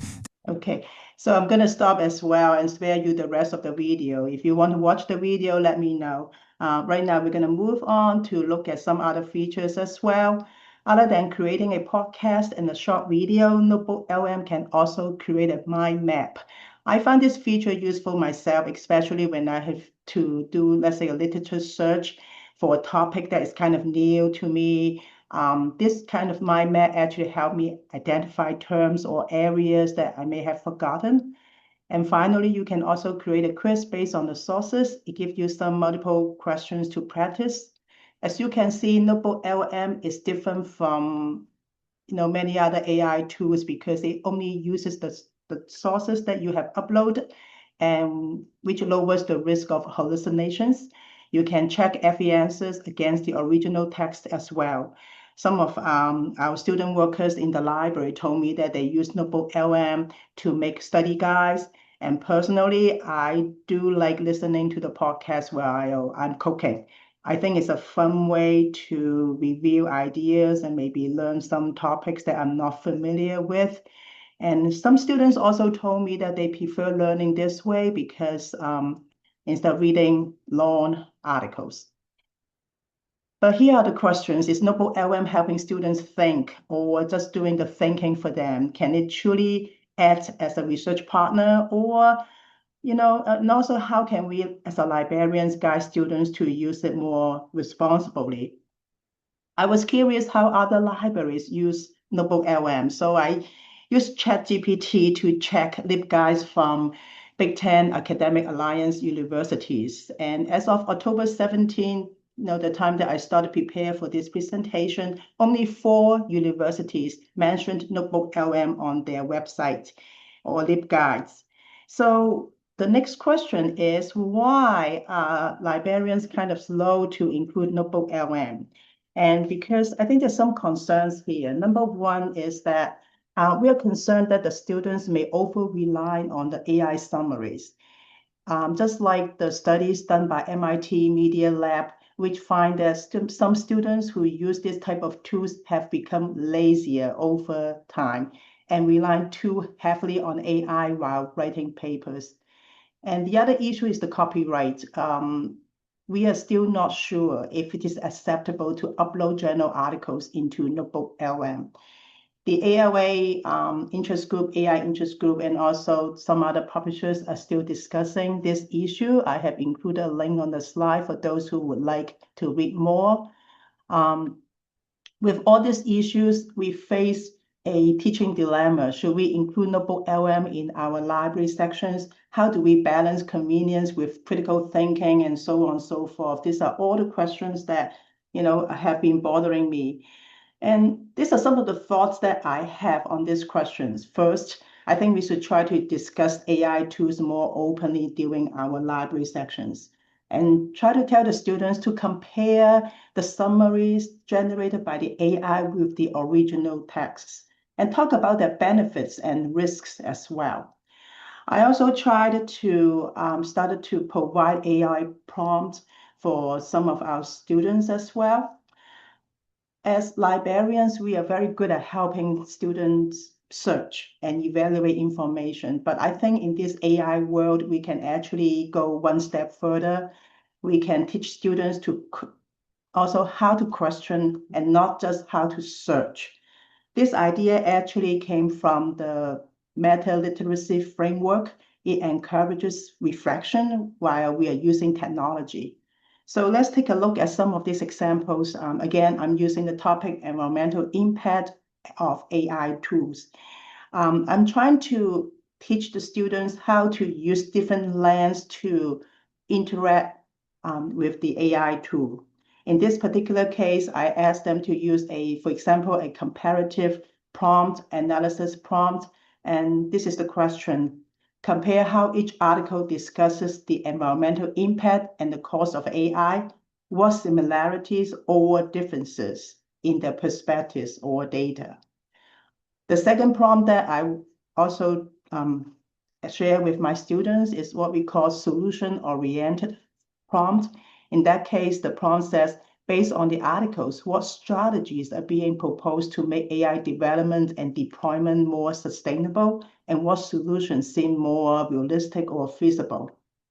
And the final one has to do with the reflection prompt. just to think about the benefits of AI versus the environmental costs.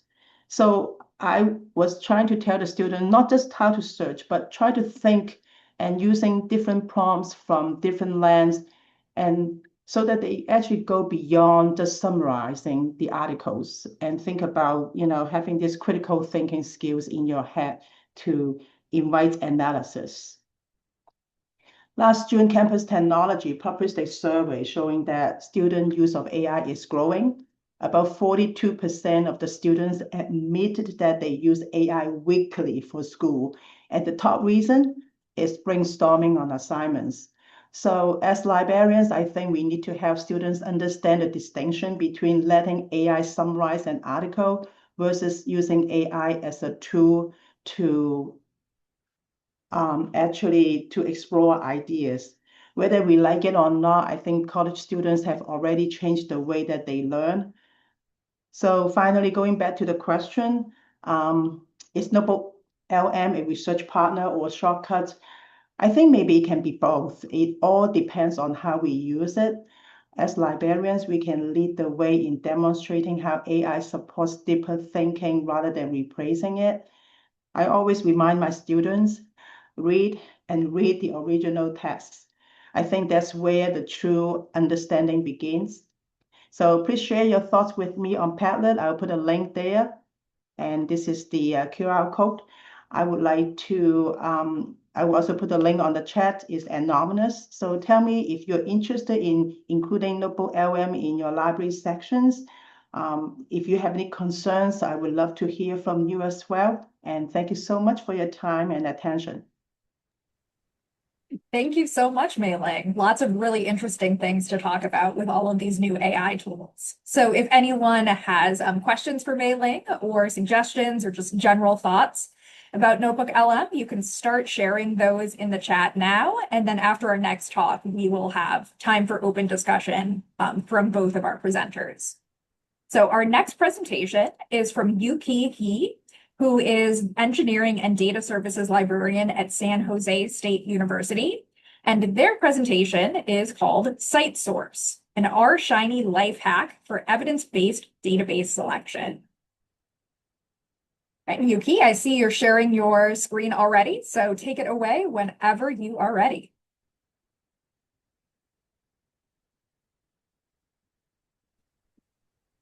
And if you are speaking at this point, you're muted. Okay. Good afternoon, everyone. Can you hear me? Yes, we can. My name is Yuki He, an engineer librarian from San Jose State University. Today, I'm going to introduce you an R-based tool that I discovered recently called CiteSource that can help librarians make evidence-based decisions when selecting databases.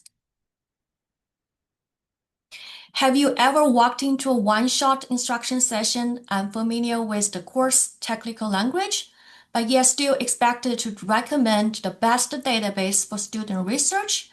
Well, if you, like me, not feeling confident on recommending the best database for a research topic, CiteSource might help. CiteSource is an R package and also available in RShiny app that created during evidence synthesis and meta-analysis in R conference in 2022. I've already posted the CiteSource RShiny app a link and also the presentation slides to the chat, so you can also follow the links as well. So it was the original design for evidence synthesis, but it also works well for comparing databases and topic coverage that can be used by liaison librarians.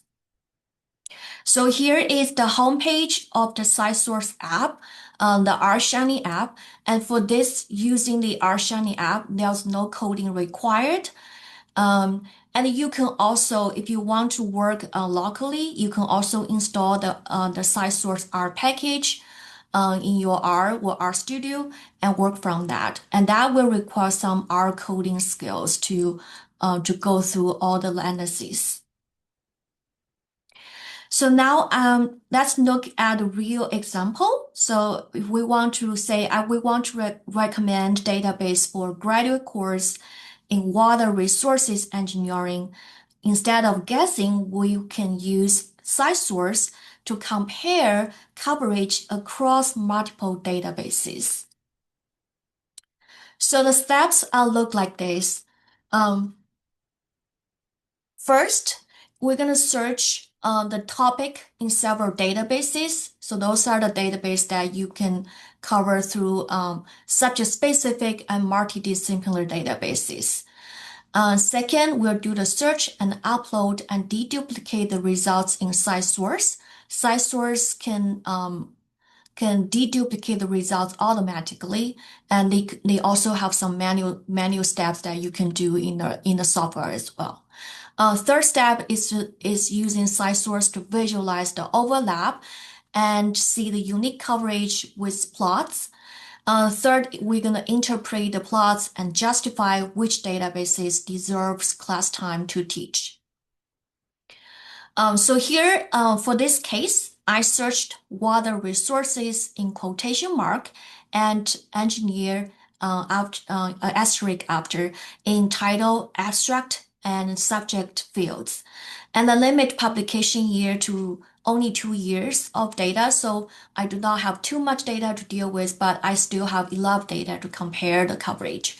So I pick 2023 and 2024, and I limit to journals only. And for SGSU, we have like 8 subscribed databases that are relevant to this topic. So that include Compendex, Inspect, GeoRap, GeoBase, which those 4 databases are available through Engineering Village. We have Greenfile via EBSCO and Earth Atmospheric Aquatic Science Collection via ProQuest. We have Web of Science and Scopus. And here are the search results. I'm not going through the search in details for this presentation, but you can see those the results that I got from the searches.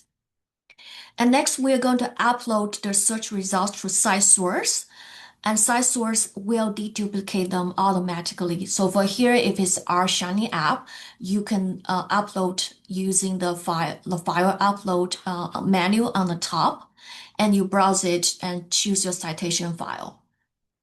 But when I tested, there are some limitations I find. The first is large data sets, and they can cause server issues.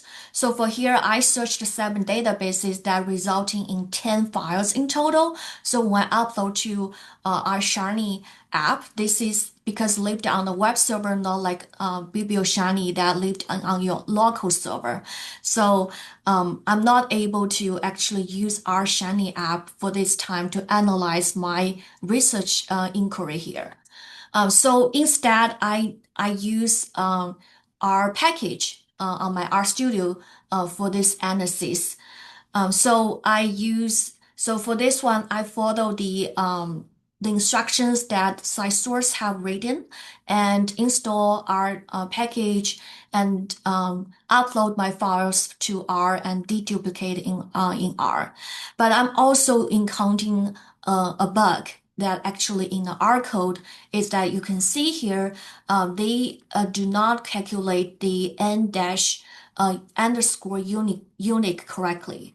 As you can see here, after deduplicate, actually I should have 1536 references. But when you run this particular function, it still returns the same references I import into the records. So if you see this table over here, the records imported is 940 records, and it's the same as after deduplication. So there are some calculation errors here in this particular when I tested a few weeks ago. But we can use the R CiteSource also provide an offset plot for you to visualize the overlap across multiple sources. And for here, this is the overlap plot. On the right here, you can see the unique records. So you can see the bar chart over here, and this 516 records is located from Inspect. So following that is Web of Science and ProQuest. The database is Earth Atmospheric aquatic science collections that we have progressed. And on the left of the upside plot is the shared records. So those are showing how many records are found in both or in multiple databases. So if we're looking at this 71, the vertical line over here, it means that 71 records were found in GeoBase, Compendex, and Inspect. But I'm going to warn you, because we do not have correct deduplication, so those records are not deduplicated for this particular showing here. So some guesses over here. After we have done this analysis, we can draw some very preliminary conclusion is that I may suggest students to search Inspect, Web of Science, Earth Atmospheric Aquatic Science Collection where ProQuest as their kind of main database of choice for water resources engineering topic. So some conclusions after this testing is that, in short, I think CiteSource has great potential as a decision-making tool. It's a user-friendly and intuitive, but there are some current issues as I tested when I prepare for the presentation. The first is that RShiny web server, currently can't handle large data sets. So depending on your research inquiry, you are not able to run it with using the RShiny app currently. The second is that currently the R package is not compatible with the Mac system. So my work computer is Mac. I'm not able to run the R package on my work computer. And that's why I'm not able to show you all those presentations lively, because I'm using my own my Mac for work.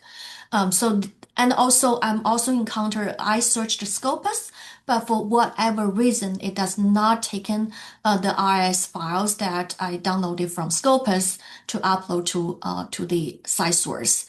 And also there is function that does not return correct results. And I've also looked at the source code. I'm not able to modify it to make it work, because that's how our package works, that you generally won't able to modify the source code of R. And also I want to mention that the creator of this CiteSource package, it's Trevor, and he's from a federal library. It's NOAA library, and I'm not able to contact him due to the government shutdown. So a lot of things that I find here maybe can be resolved, but I'm not able to do that during the preparation for this presentation. So I think that's my summary of this particular resource. I think it holds a great potential. It can be a great tool after the tool become more mature. And also, I would like to hear your experience, how you choose a database to teach your instructions when you come to a class that you're not very familiar with the topic. Thank you so much. Thank you, Yuki, and thank you to Mei-Ling Lo as well. So at this point, we have about 7 minutes for discussion. So perhaps you have experience with either one of these tools or have ideas about how you might use them. Feel free to share your ideas in the chat, or if you would like to unmute, you can use the raised hand feature in Zoom and we will call on you. I see there's been some good discussion in the chat already. There was one question that came in during Mei Ling's talk, which is, do you think students are already uploading class materials from learning management systems like Blackboard, Canvas, that type of thing, and maybe are ebooks into large language models, I'm presuming? Well, I have not done a formal survey, but I have discussed this with some of our student workers who work for libraries, and trust me, they have been doing it. And when I brought up the the question, I said, is it legal? Have you thought about copyright? They just look at me and they turn their head, and they did not want to answer my question, but I know they will continue to do that. But I think as a librarian, it's my job to actually remind them and let them know. Number one, never, never, never share anything like that never share your notebook or NotebookLM with other people if you know that you definitely have upload a book chapter or anything like that, because you just open a big can of worm right there for yourself. Yeah, definitely. And I see there was another comment in the chat about this very issue too. Some vendors have already started adding in language to their policies. EBSCO is one example that was listed that explicitly prohibit the use of their content with AI. But of course, we know students probably aren't reading all of or any of that as well. So it is a thing that happens, and definitely is a space where as librarians we could contribute to get students to think about like what it means to be putting someone else's content into one of these tools. Right. So one of the shortcut or one of the ways to actually bypass that problem is to actually link that to that article, because especially in the STEM area, as you know, many of the journal articles are not available in open access. So some students actually taught me to do that is to actually provide a link, not upload the entire PDF. But guess what? The publishers are also very, very smart. So what they have done is once they notice that the request comes from sites, let's say NotebookLM, publishers such as Elsevier has already brought that. So it's like we are playing games here, right? The user is trying to navigate this landscape, and then the publishers are also trying to find a way to fight it.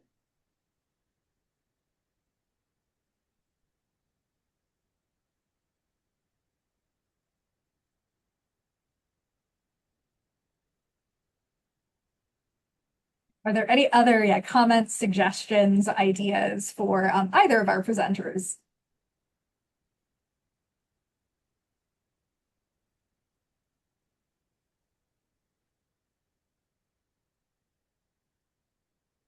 I see there are a lot of comments already on the Padlet that Mei Ling shared about whether or not people plan to teach NotebookLM to their classes. So there's a variety here. Some people are saying, yes, this seems like a useful tool. Others are saying that there just isn't enough class time in an information literacy session to cover it well. And also some undecided, really thinking of if more training is needed first.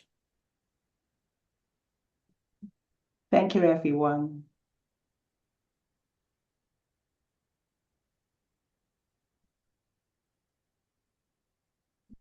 And we have a question for you, Pete.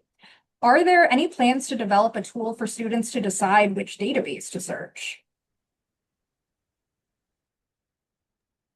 So from my point, I do not have any plans to develop a tool for students to decide which database to search. And I'm also leaving that question to the whole librarian community. So I discovered the CiteSource during a webinar, I think webinar this summer, and that's talking about how they use this particular tool for evidence synthesis work.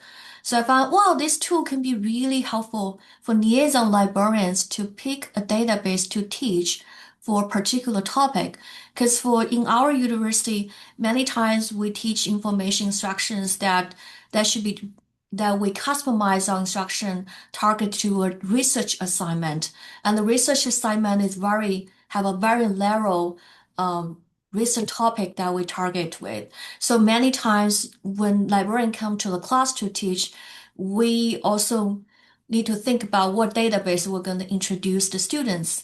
And then many times the topics we are not familiar with. So I was thinking about, oh, this tool can be very good in that purpose, that really helping us to understand the content coverage on a particular topic. So I think I'm also in contact with the creator of this tool. I think they will become mature in the future. So I think this tool can be a potential, in our toolbox to use in the future. Thank you so much, Yuki and Mei Ling, and everyone who contributed their ideas in the chat.